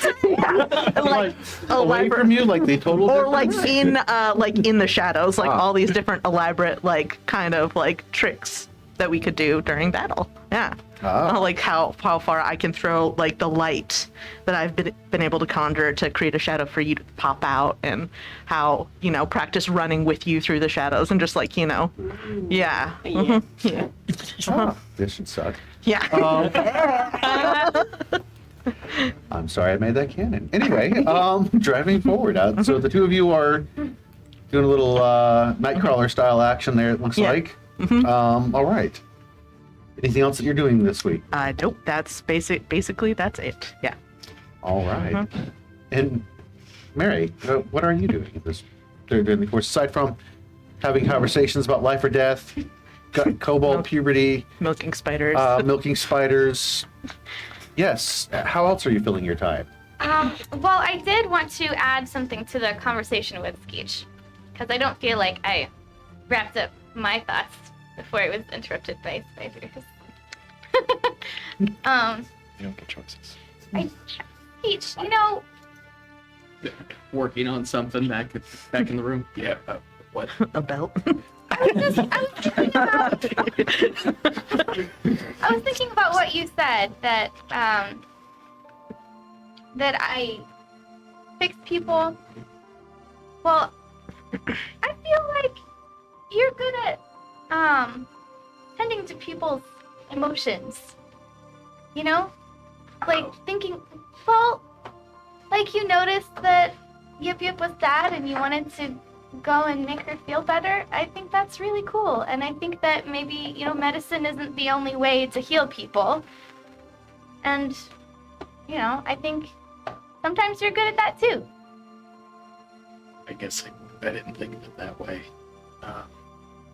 Just trying to repay you guys. Helping me. Well, I don't think that you owe anybody anything. I think that we're really glad to have you around.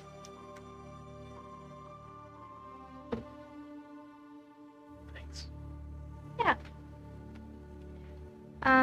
Well, I'll let you get back to making a build. Yeah, this is the 4th one. You want one? I figure if everybody had one, that we could carry more stuff or stop Sure. bleeding. I'll take a belt. Hey, I'm gonna put it on. It's sturdy. Is it made out of spider silk? Oh, I'm still gonna wear it. Awesome. Oh God. So And lightweight. then I'm gonna go pray. I'm gonna go sit and meditate because I feel like I need to reconnect with one God and figure out. I just need some wisdom and some direction. What we're doing next, how to find my dad, how to help Vahn. So that's kind of what I'm praying on. Go ahead and give me 2 religion checks, please. 2 religion checks, Kate. Well, the first one's a 12.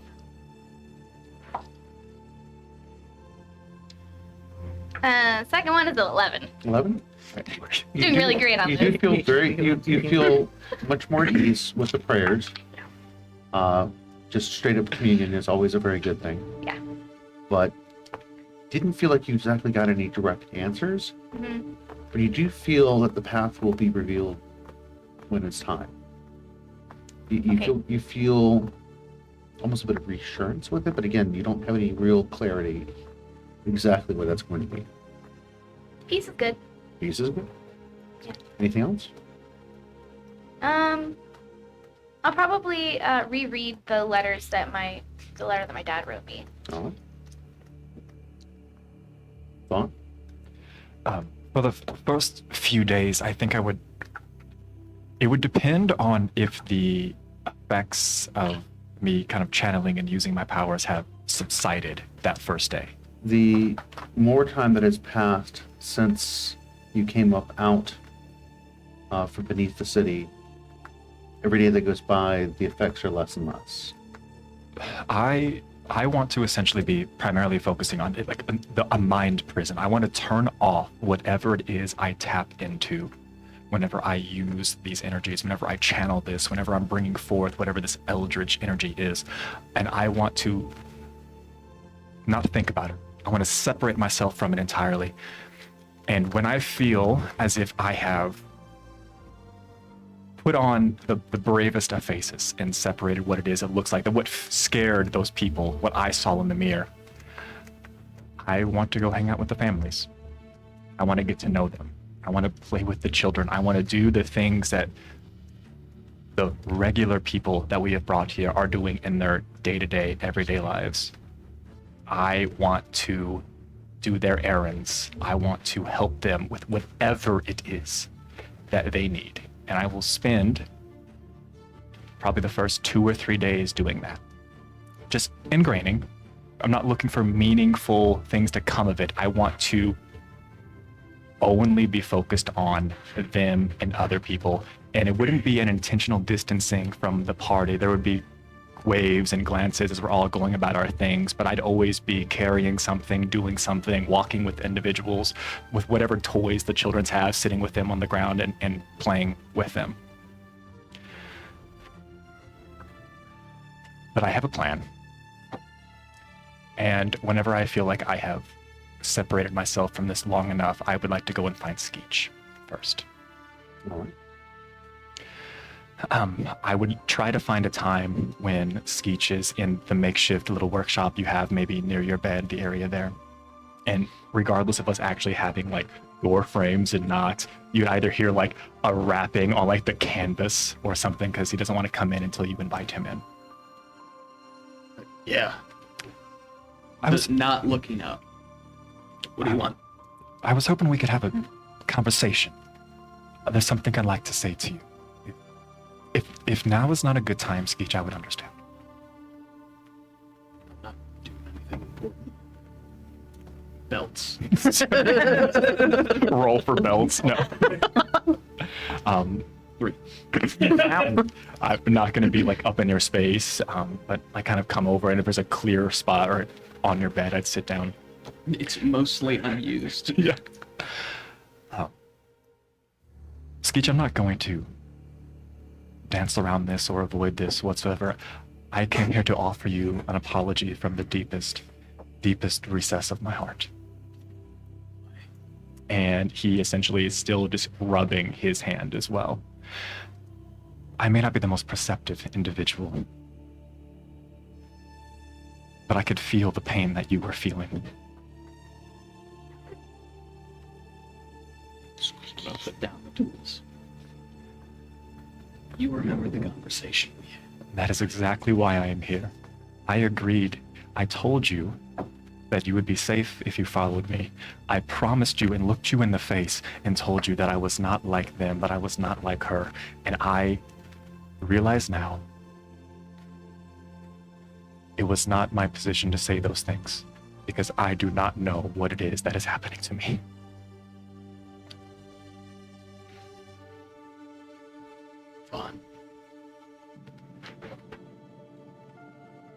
when I told you that you were in charge now and that I was following you,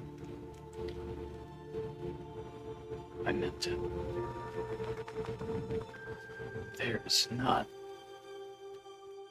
a lot of options for me right now. And whatever it is that you're going through, when I made you my promise, I meant it. So, if that takes us down something good, it's great. And if it doesn't, it's going to be us.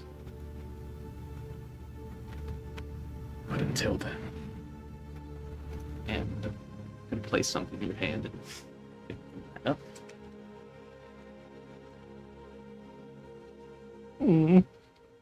As it's the container of the face cream, Yeah. you're gonna put on a brave face, even if it's not yours. You could tell he was already. He has been trying his best the past couple of days, and he would just break down. And you hand this to him, he puts it on the bed, and he kind of like goes for an embrace of you, and you would still notice that he pauses and stops before he actually touches you. And then he kind of just goes in for like the biggest of squeezes.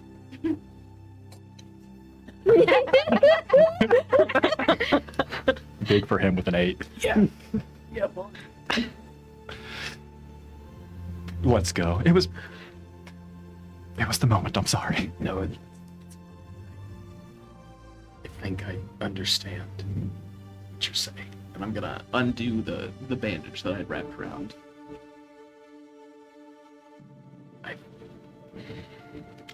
What you do notice is that the wound is nowhere near as severe as it was. That was an odd night. And I think I get why you talk to yourself. So he kind of like casts his eyes down, like he is embarrassed that you have noticed it.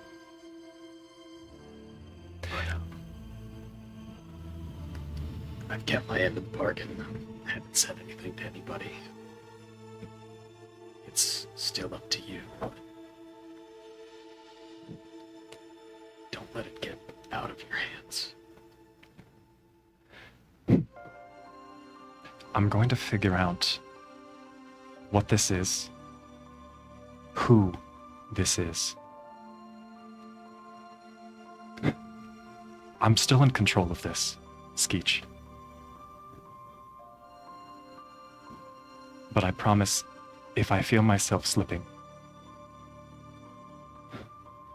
I'm coming to you, and I'm afraid I may have one more promise for you to keep for me.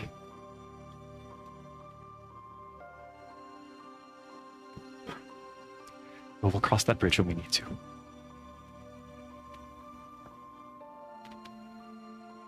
Well, Thank you. it's Mary's idea. But why so many? I have a lot of silk. Does there happen to, I don't know, be a semi-empty bucket with like some residual milk splotches somewhere in this room? Yes. Looks over at it, looks at the spider silk belts. No. Yeah. I don't think that's any of my business. I don't want to know what happened to that basement, Skeech. Oh, it's cleared out. I figured we're going out. That's the tower can make use of it now. Maybe get some of these boxes put away. Well, I say we should enjoy the last little bit of time that we have before we set back out. Everyone seems better. That's good. I did have to stay up all night making that doohickey so that we could rush back out into Granitegard when we didn't. And now we've just kind of been sitting here for the past 5 days, and I've been trying really hard not to get annoyed about it. Real hard. Yes, but you have your belts. Oh, yes.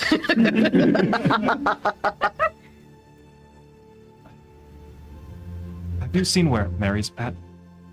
I talked to Mary, which was Oh, down. I think she was in the courtyard. I need to go speak with her. Thank you for being receptive. I was nervous you wouldn't want to speak to me. I'm not mad. It's not your fault.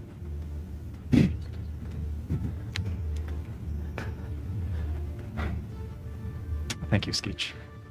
And he's gonna take off. I want to quickly go find Mary. Actually find Mary in the chapel here in the tower. And you respectfully give her a bit of time. It looks like she is standing up and completed what she's doing. As she's walking, she kind of sees you there. Oh, Vahn, hi. Do you have a moment? Yeah. I realize I was somewhat short and curt with you whenever you attempted the peace offering, the tea.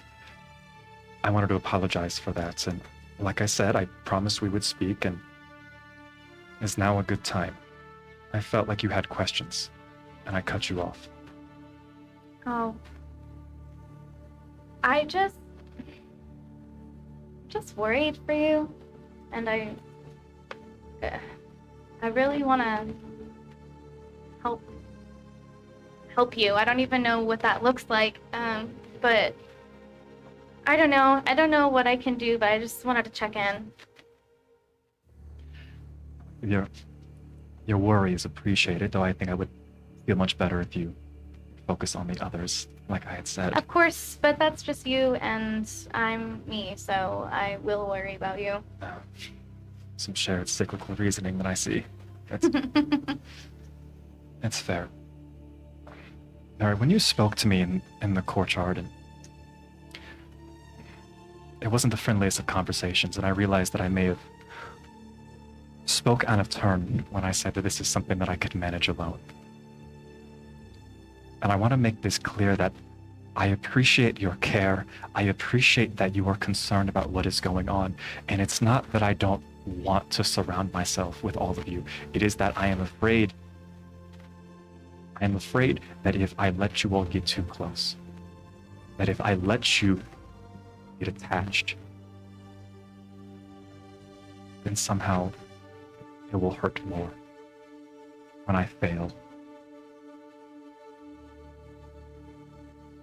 Well, Vahn, I would say that we're all just human, but half, but the point still stands. There's some in there, yes. I don't expect you to be perfect all the time.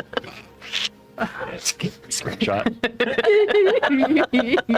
I don't expect you to have it all together at all times. Like, we're all trying to figure it out. We all have our problems. We all have, our things to overcome, and we're better at overcoming those things together. And I expect you to fail sometimes, and that's fine. Like, how will you ever learn? Learn. It's Mary, it's not so much about learning from my mistakes. It's that I don't want to drag others down into whatever. And he just like gestures to himself. This is. I get that you want to be self-sufficient because that is safer in your mind. I'm not trying to sound selfish. I am trying to do what you are doing. Me? I'm trying to think about the others. I know and you not are. about me. I know this. You always put others before yourself. I recognize that. All I'm saying is that you're better at helping others when you have support. So I want to be that for you so that you can continue to help others. And you would see like the cogs of like the logic machine begin to like go through his head. Can you explain to me why it's appropriate when Anna jumps to the nearest, biggest enemy that we are facing, and when I do it, it's foolish?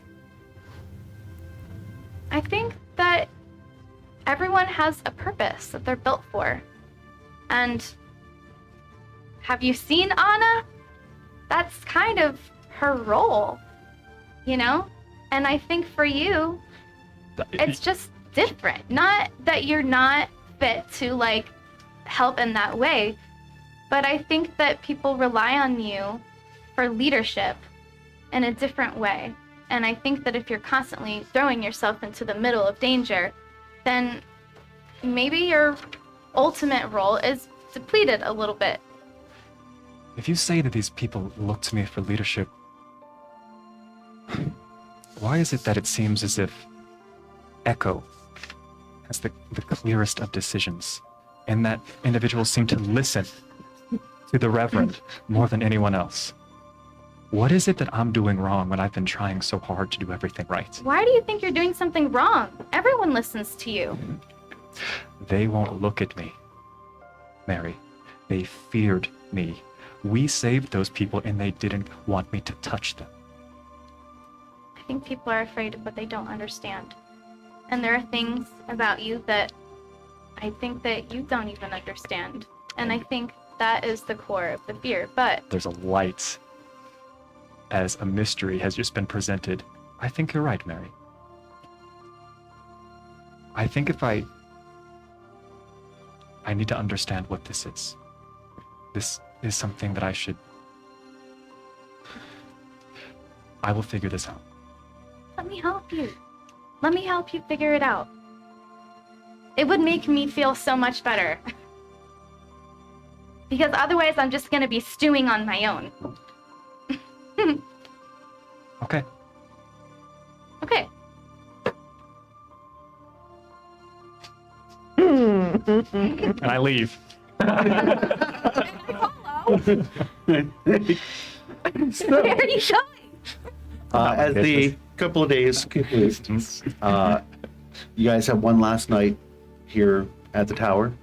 One last night in your warm beds and the safety and the company of the people here at the tower. Over the course of the week here, there has been a lot of happiness and celebration that you all are safe back from Newtown, that you have defeated the Way, especially the fact that the Way is defeated.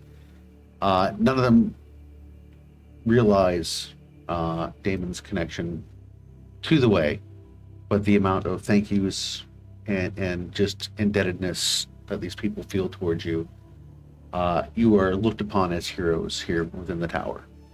One thing you do notice that's kind of strange is while Gildan's guards and such are here, not a member of the caravan is walking about. All the caravan is closed up. Wagons and such are still here, but there's no Gildan, no Waddle, nobody else is there at the caravan. But the guards, again, are here around the post. The next morning when you all wake up, sorry, was there something you wish to do outside of that? We don't have to run this fully. I just wanted to be on the record for what he does that night after the conversation with Mary. What's that? He has turned off essentially whatever tap he had been tapping into for these powers. And whenever he gets a moment alone that evening, he is going to open it back up.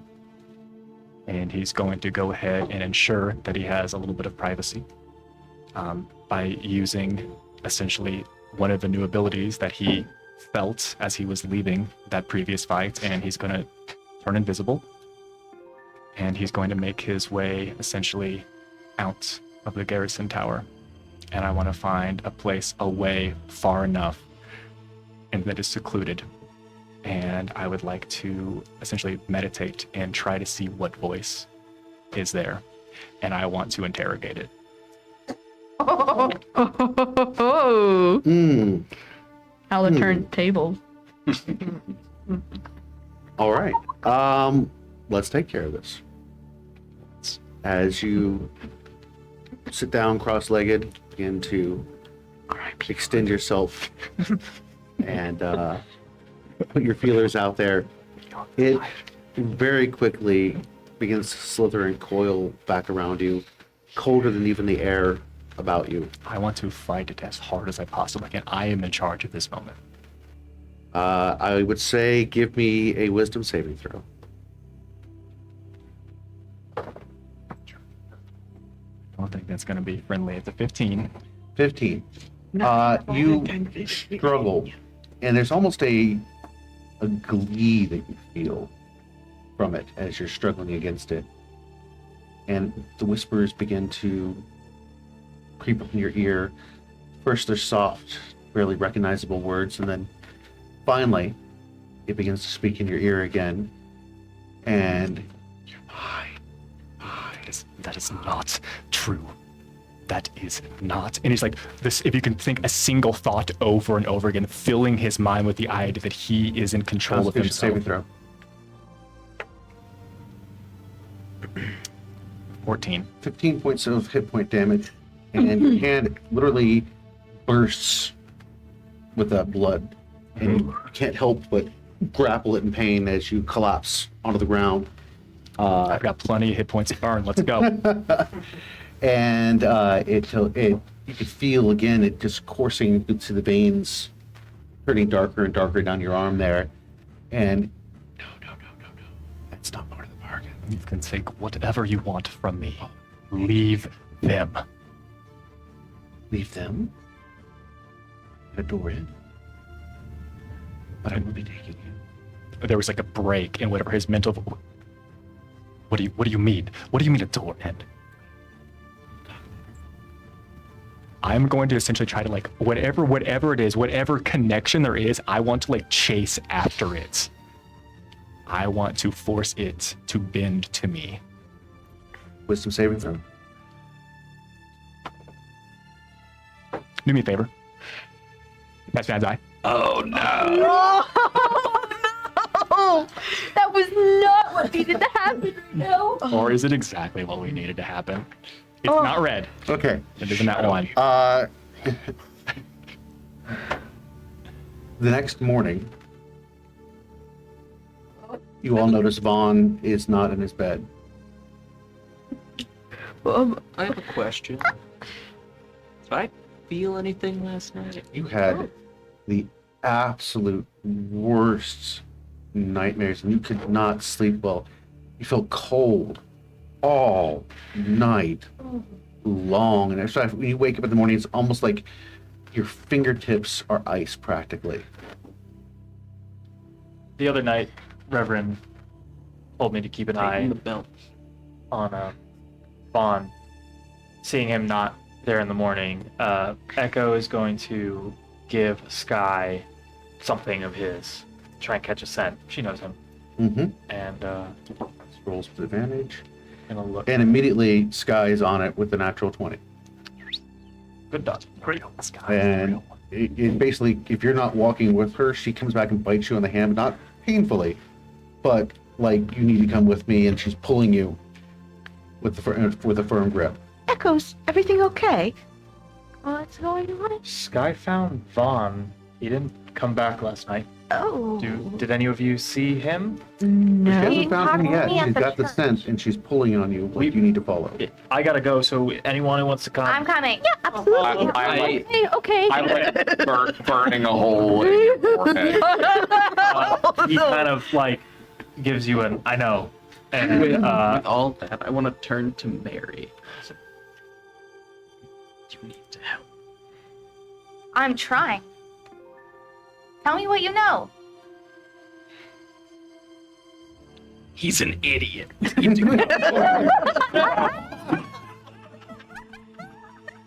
Much we agree. I do believe that he has intelligence quotient that is above idiot level, yes. It's a persona, Choices. not an ability score. Okay. How high is Vaughn's wisdom and how high is his intelligence? Is the question. Does he have any common sense? And how much can we knock that down with Well, repeated strikes? as you all, basically, gangbusters out of there, following behind Sky. She is on the scent. Takes you down the tower, out of the garrison proper, out of the garrison gates, and over towards the cliff line where you see Vahn stretched out with a layer of ice and snow on Oh him. no. And Poor little the yep, yep. snow is crimson stained. Mary, Yeah, Mary, quickly, yeah, quickly. Okay, I'm running over. I'm going to I'm gonna assist with whatever she's doing. do a touch healing spell on him. All right. Are you going to use medicine first or anything before you begin healing? Yeah. Or okay. While that's happening, I want to extend. Can I help you? So you can 21. roll- Oh yeah, Okay. nice. Yeah, hold on. Okay. So you were assisting? Yeah. Okay, so you can roll the second time if you wish. 21 is your current. 21. All right, stick with the 21. What were you doing? Just while they're rushing forward, I want to just like be looking around the clearing and extending my senses and use divine sense to see if I can sense any good or evil in the area. Yes. When you do it Yeah. and you extend it out, Uh-huh. this brief second as it kind of pulses out from you, Yeah. the wave of that holy energy hits something and you can see the outline of the form. And I would like you to make a wisdom saving throw. Yeah, great. I would love to make, and it is a saving throw. And Fantastic. you're within 10 feet of you. I am. Wherever you go. There you are. Mm-hmm. Okay, come on, buddy. Okay. That's a 24. 24. You keep your composure, but you recognize it for what it is. And it is evil. I mean, like, through and through, straight up, it is the most concentrated evil that you've seen. And then it passes away. Mary, as you check Vahn, while he's covered in blood, and while he is covered in ice and snow, he's only unconscious. He appears to be healthy and fine. He doesn't need any hit points. He's at full hit points. Technically, as far as as you check him out with your physician status, he seems to be somehow okay. I'm gonna shake him. Vahn! And awake you come, Vahn, with the worst migraine you could imagine. It is the morning. It is the He's morning. immediately like blinded by this and feeling the pain. I imagine there's like a layer of like snow and ice. And he's probably going to immediately like jump up. And you're probably the first thing that you would hear him scream is that I am in control. Before he even realizes that it's you all who have come here. Vahn, we need to get you inside now. We should leave. Yes. And there is like fear, dread, existential crisis as he sees each of you staring at him. It's okay. Let's go inside. Whose blood is that? Hey. Hold the questions. Hold the question. Like, Did he see all this blood before? No. You would see that he immediately starts looking around to see if there's anybody else here. There's no other bodies, no animals, doesn't no answer. nothing. And when he sits up, and you look at the outline of the snow, you can see that there is congealed, frozen blood beneath him. So, Can I just prestidigitation him? Just get some of that snow and you Blood spend off of some him. time. we're gonna remove evidence for a second. Yip becomes your stylist and starts to make you try to look a little bit better and clean that up. mainly just trying to get all the snow off of him. I'm doing the best Damon impression that I possibly can. It's from CSI, correct? Yeah. when I sensed the evil, where did it was it centered It on? was sitting up on a rock, looking down at Vahn with this smile. Great. I'm gonna go look at that rock for a little bit. All right. Yeah. Weird rocks. Yeah. Crazy rocks. Yeah. It's not there. Okay. You're Nothing. gonna reach out and touch where it was? Or Yep. It's warm. Good. This is fine. I think this is good. Yeah. No, more information is great. Yeah. No, we'll talk. We should talk later. Yeah. Vahn, let's get you inside. Do you still have more of that tea, maybe, Mary? Yeah. Okay. Inside. Do you just look panicked right now? Like, There is there's really no rational thoughts in his head currently. There is it's just fear. It is a mixture of embarrassment and crisis, and this is something that you all shouldn't be witnessing, and this is his worst nightmare come true. Echo will turn back to Reverend for just a second and just whisper in his ear, interrogating him now isn't gonna do anything. We gotta be patient. I'm gonna cast Calm Emotions. Vahn, it's gonna be okay. Do you want me to make a save? Unless you're willingly going to allow it to happen. No, I think I want to be upset for a while. but I'm not upset anymore. What'd you roll?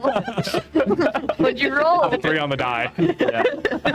You really want to be angry right now, but you're like, I guess I'm. Well, am I within 10 feet of you? Do you That's wanna- even better. Yeah. It wouldn't. I don't think it would matter, even with your plus 4, plus 5. Yeah, +5. Okay, still be an 8. Nice. Salad. We can worry about this inside. Let's just get you out of the cold. That sounds very nice, actually. He's like lets you lead him. Back in time for the pancake breakfast. Yeah. Ooh. Cool. I'm gonna put him in front of the fire and go get some tea. Are you taking him up there, or are you with the fire in the dining room area downstairs? It's the closest and largest. Okay. I guess downstairs. We should go upstairs. Okay, upstairs we go. All right. Also, Vaughn back upstairs. I'll grab the pancakes. Don't worry, guys. Don't worry. On the pancakes. Anna. That is, Situation. yep. I think Pancakes priorities. do take care of a lot of woes. That is But- true. True. Until you eat enough pancakes, and then it's just like, whoa. Whoa. All right, so back up into the room you all are.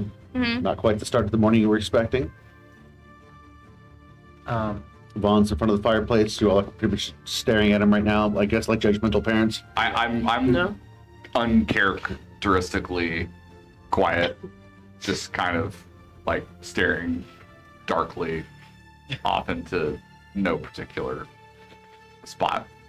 Just gonna pull my hood down and just try to avoid the tense situation here. Did anyone speak to him last night? Anything different? Anything at all? I'm gonna narratively put Vaughn in like a borderline catatonic state, kind of staring into the hearth in front while you all have a conversation about him around him. Mary, Damon, anyone? I didn't see him sneak out, but it was my turn to watch him. Wait, is there some sort of roster? Because I didn't hear about a roster. Damon, did you hear about a roster? Are we supposed to watch Vaughn? Is that? I was being funny. Oh. Suppose it's not the right time or place for it, but I have a question out of character. Mm. They have not revealed to anybody their connection, correct? That is correct. Okay. There have been some observable things, but nobody's put the pieces together just yet. Okay, just checking. It's everybody's passive insight. Just curious. 60. What's a passive insight? It's What's your insight score plus 10? 17. 14. Oh. 13. Okay. 14. well, 13. Yeah. literally everybody.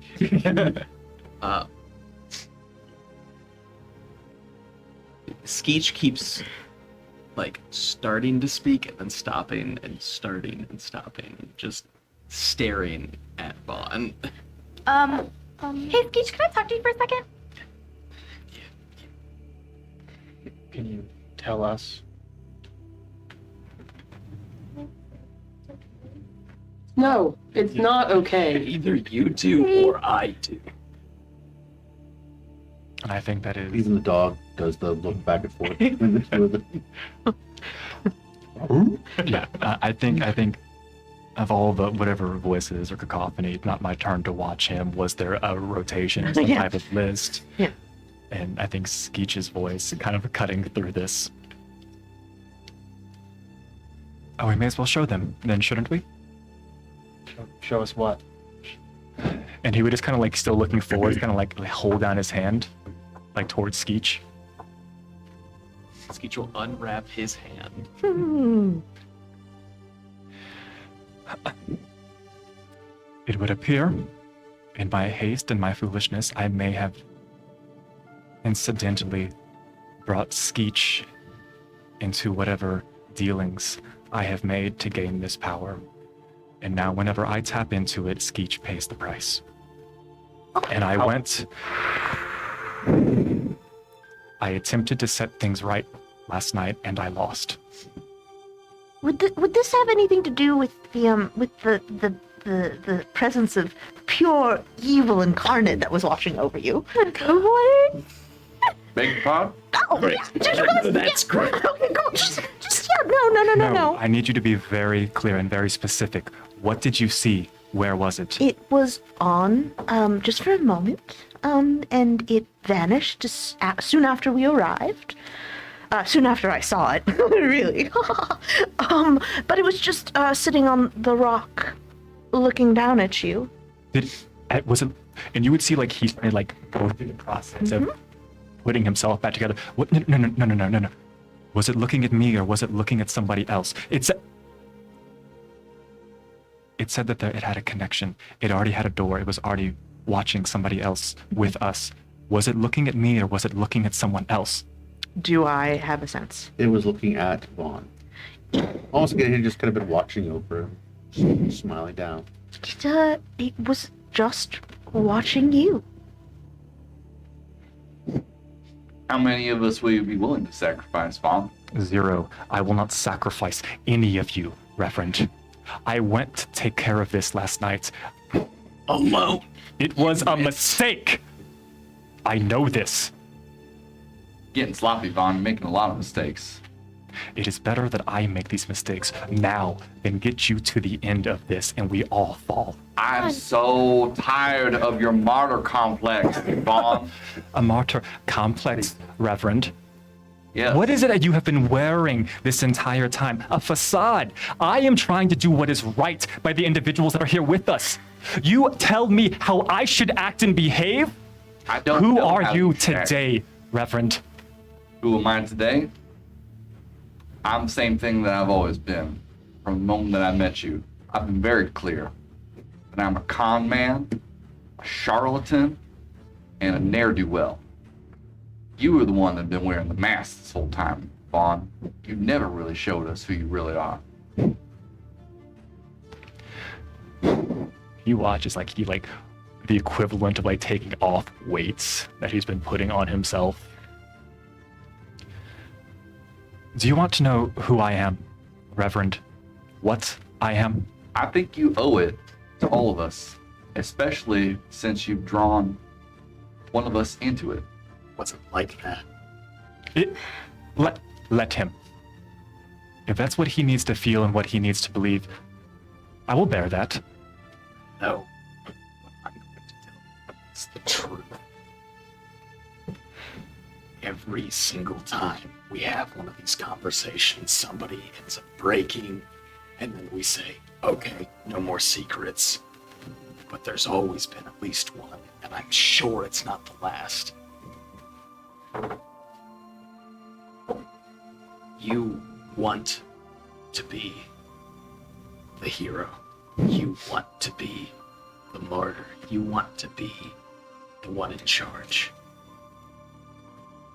And you think you know what you are every single time just to be confused and reach farther.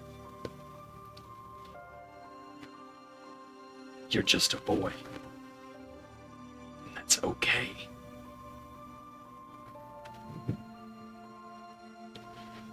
But everyone here is here for everyone. So no more pushing people aside, no more thinking people are drawing people into anything else. I knew what I was doing. He didn't. And I don't think you do now.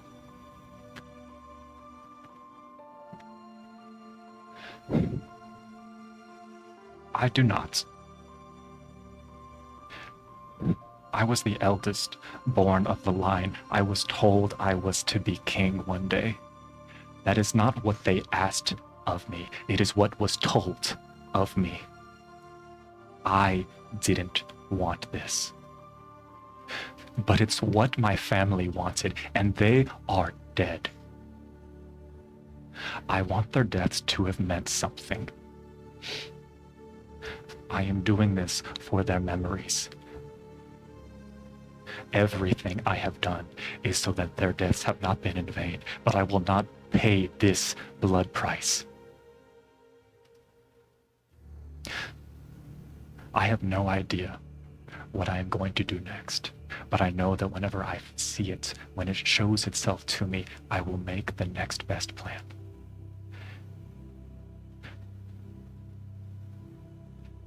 But I don't want to make these decisions alone anymore. Because I don't know. And like we'll look back over to Anna, and share that there was the epitome of all-encompassing evil staring over. Take his breath. Because I am worried that at a certain point, those decisions will no longer be my own. And I need you to take care of that if that comes to pass. What does that mean? And he looks to the Reverend. It means when the time comes, and if it comes, one of us is going to have to put you down. We all have to agree that that has to happen. I don't want it to happen, but the only path forward, we all have to be very clear about it. That's not an option. It has to be. No. I'm not saying it will happen. I'm saying it has to be, we have to be prepared for it. How do you prepare for that? Well, usually you get into like the right stance, and then This is why I won't ask you to do it, Mary. That's a worst case scenario. I know. We can help him, and we will, but we have to be prepared to do right by the living. That's what Vahn wants, and that's what we have to do. We can't sacrifice everything for someone we all love. That's the hard part, but Mary's gonna storm out. Vahn, how long has this happened? Have you and Skeech? Has it gotten worse recently? Tell us. Anything. We can only help you. This has been happening since we were with the kobolds for the first time. When we entered, where we battled and fought with the Way, I wasn't alone when we were fighting. There was a voice telling me what to do. Describe the voice. To the best of my ability, I would describe the timbre, the tone of it, whether it is clearly explaining that it's not the voice of my previous mentor, Thresh. Could I make some kind of check if there's anything I've read about powerful creatures, something that would fall into this? I'll let you do, are you going to assist him? I was gonna ask if I could. I didn't know what type of check it would be though. I'll let you do, for this particular case, you can try Arcana? 2 avenues. You can do Arcana or Religion. I have a 9 in Arcana. I have an intent to roll. So you would roll with advantage if she's Okay. assisting you on I'll go Arcana. Do you want me to roll? I got a 6. Since you assisted him, that's the way the roll goes. I'm just gonna roll. 6 but- total? 6 With total. A 5 and a 4. 5 and a 4? All right. Well, the two of you put your heads together, and unfortunately, there's just not a lot to go on with the description. But you do have a sneaking suspicion that whatever he's tapped into is a lot grander than he suspected. And when did this begin? Well, it's been several years since I've been able to do what I've been doing, but it has been increasingly more challenging to control since we've come to the walls of the city. And your original master, Thresh. Never made any mention of this? It's complicated. Fresh told me that there would be a limit to what it was I'd be able to do, that all things have a price. I thought that would be a shortened lifespan. didn't occur to you that it wouldn't just be you paying the price. I will admit that I am big enough now to say that I assumed, or at least hoped, that's what it would be. But it seems that I am now mistaken.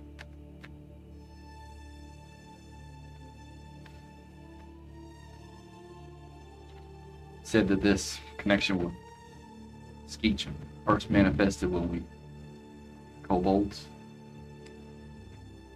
It's where it took place. Yes, Skeech and I had a conversation in this. You listen to me, Vahn. Skeech can make his own choices. Yip Yip is a child. That evil cannot touch her. You will have a lot to answer for. Reverend, why do you think I've been trying to bear this alone? Well, how's it working out? Not well. Quite poorly, in fact.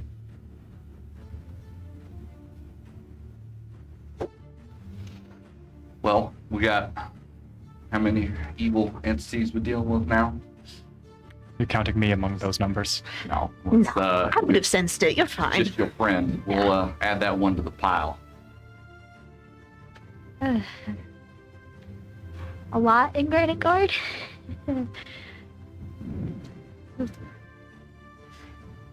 Have you been taking notes on this? Personally? It's like the most secretive of half smirks that rise up, and he's realized this is not the time to smile, so he farts as hard as he can. Some light notes, yes. Smash cuts of books. Yeah. No. Yeah. You can check in his backpack. I've got an My endless Descent quill. into My Descent into Madness, Volume 12. That's good. If it's written down, it means when we have any time, we can all put our heads to it and work on this. We all come from different places. We all have different expertise. This is good. We could start there. Do you want to distribute your notes? I guess I'm not really asking. I think we need to know what we're dealing with. I could prepare some manuscripts, certainly. Okay. And I said it in jest earlier. From now on, keep a watch. On both of you. Not out of malice, not out of mistrust, but in case something takes over again. Now that everything is out on the table, I feel this is appropriate for us to discuss as a group. We are going into Granitegard. We have seen what terrible creatures are there waiting for us. I will not be of much use without the abilities that I have. But I don't want to put you into danger. But I fear I will be a liability if I do not use them.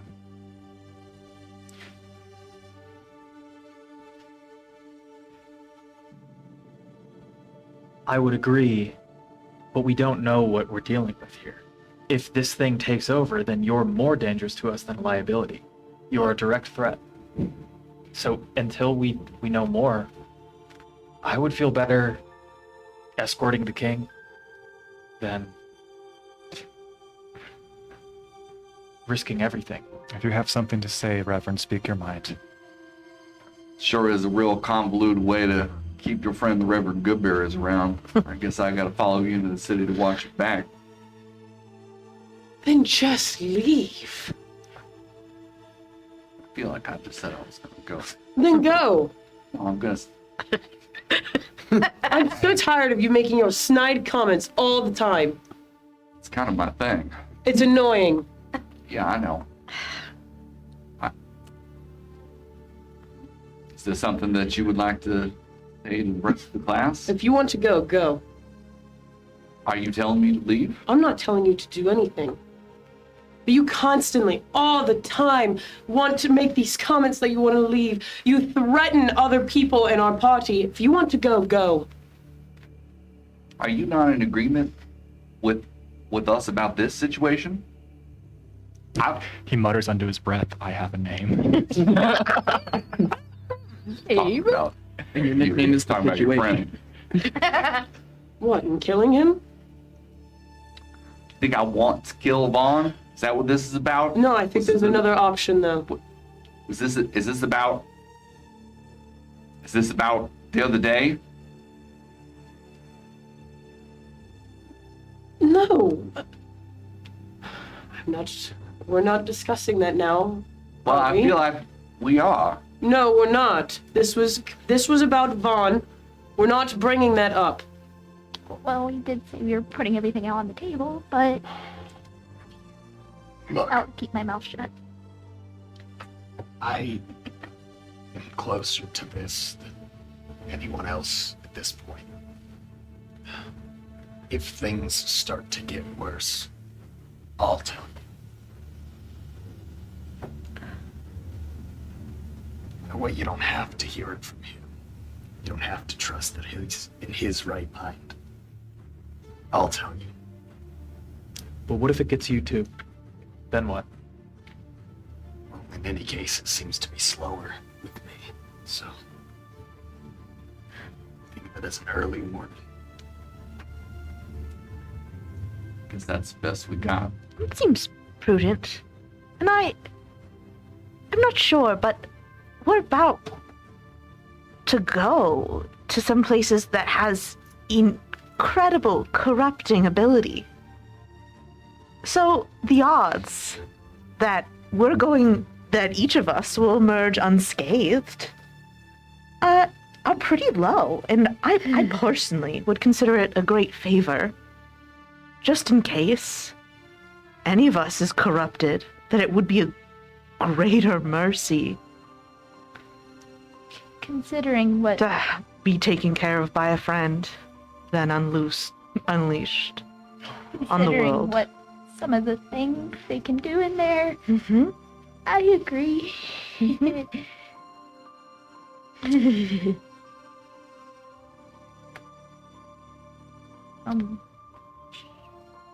Should someone go get Mary? She did kind of storm Yeah, you out. can. Okay. I'll After go having get this her. conversation, I look over to Damon. And I'm gonna have to have a talk later that I don't think either of us are gonna enjoy.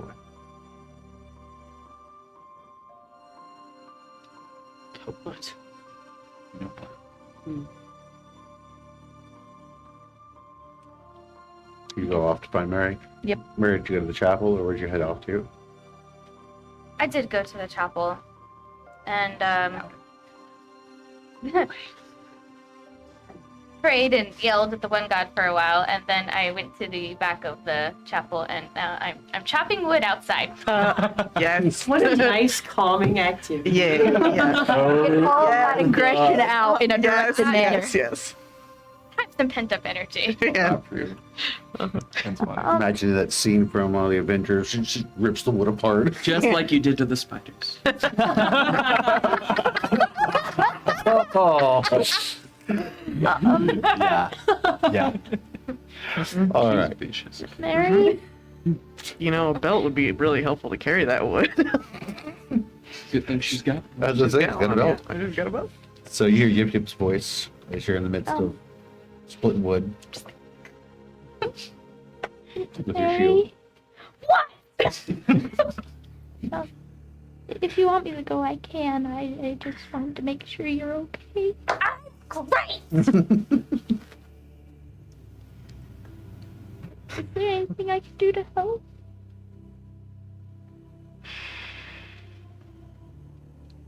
You know, I don't know right now.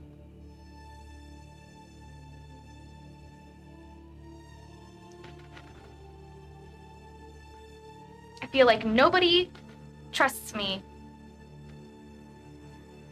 My stupid dad runs off, thinking he's trying to protect me, probably.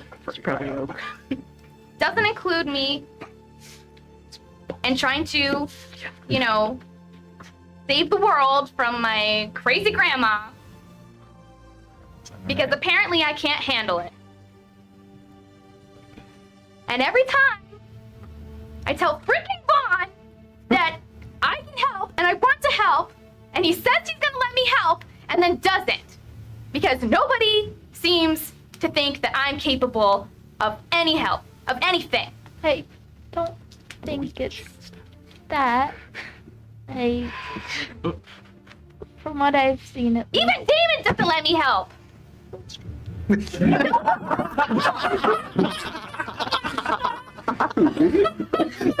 just wanted to wipe the stupid mug off his stupid face. He doesn't let me. I just think that to them, at least, they're kind of scared to ask for help. Kind of like I was before you asked me.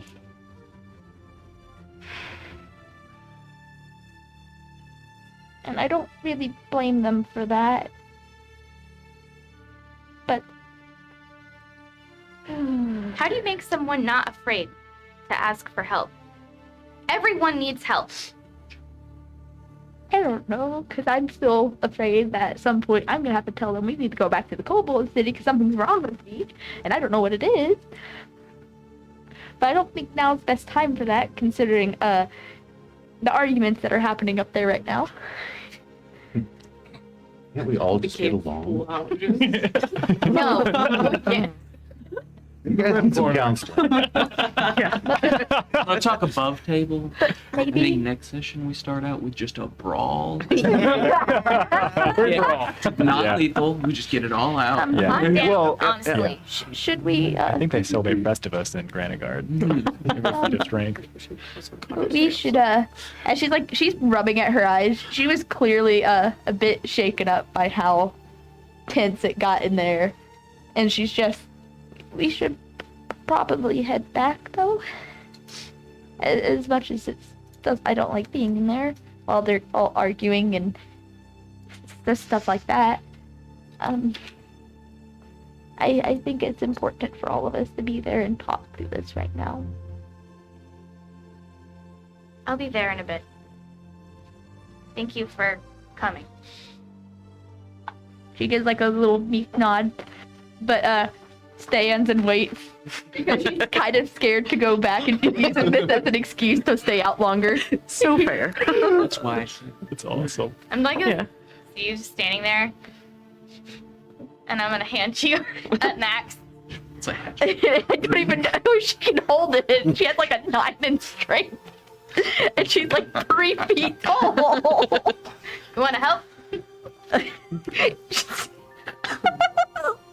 And with that, Yip Yip buries the hatchet.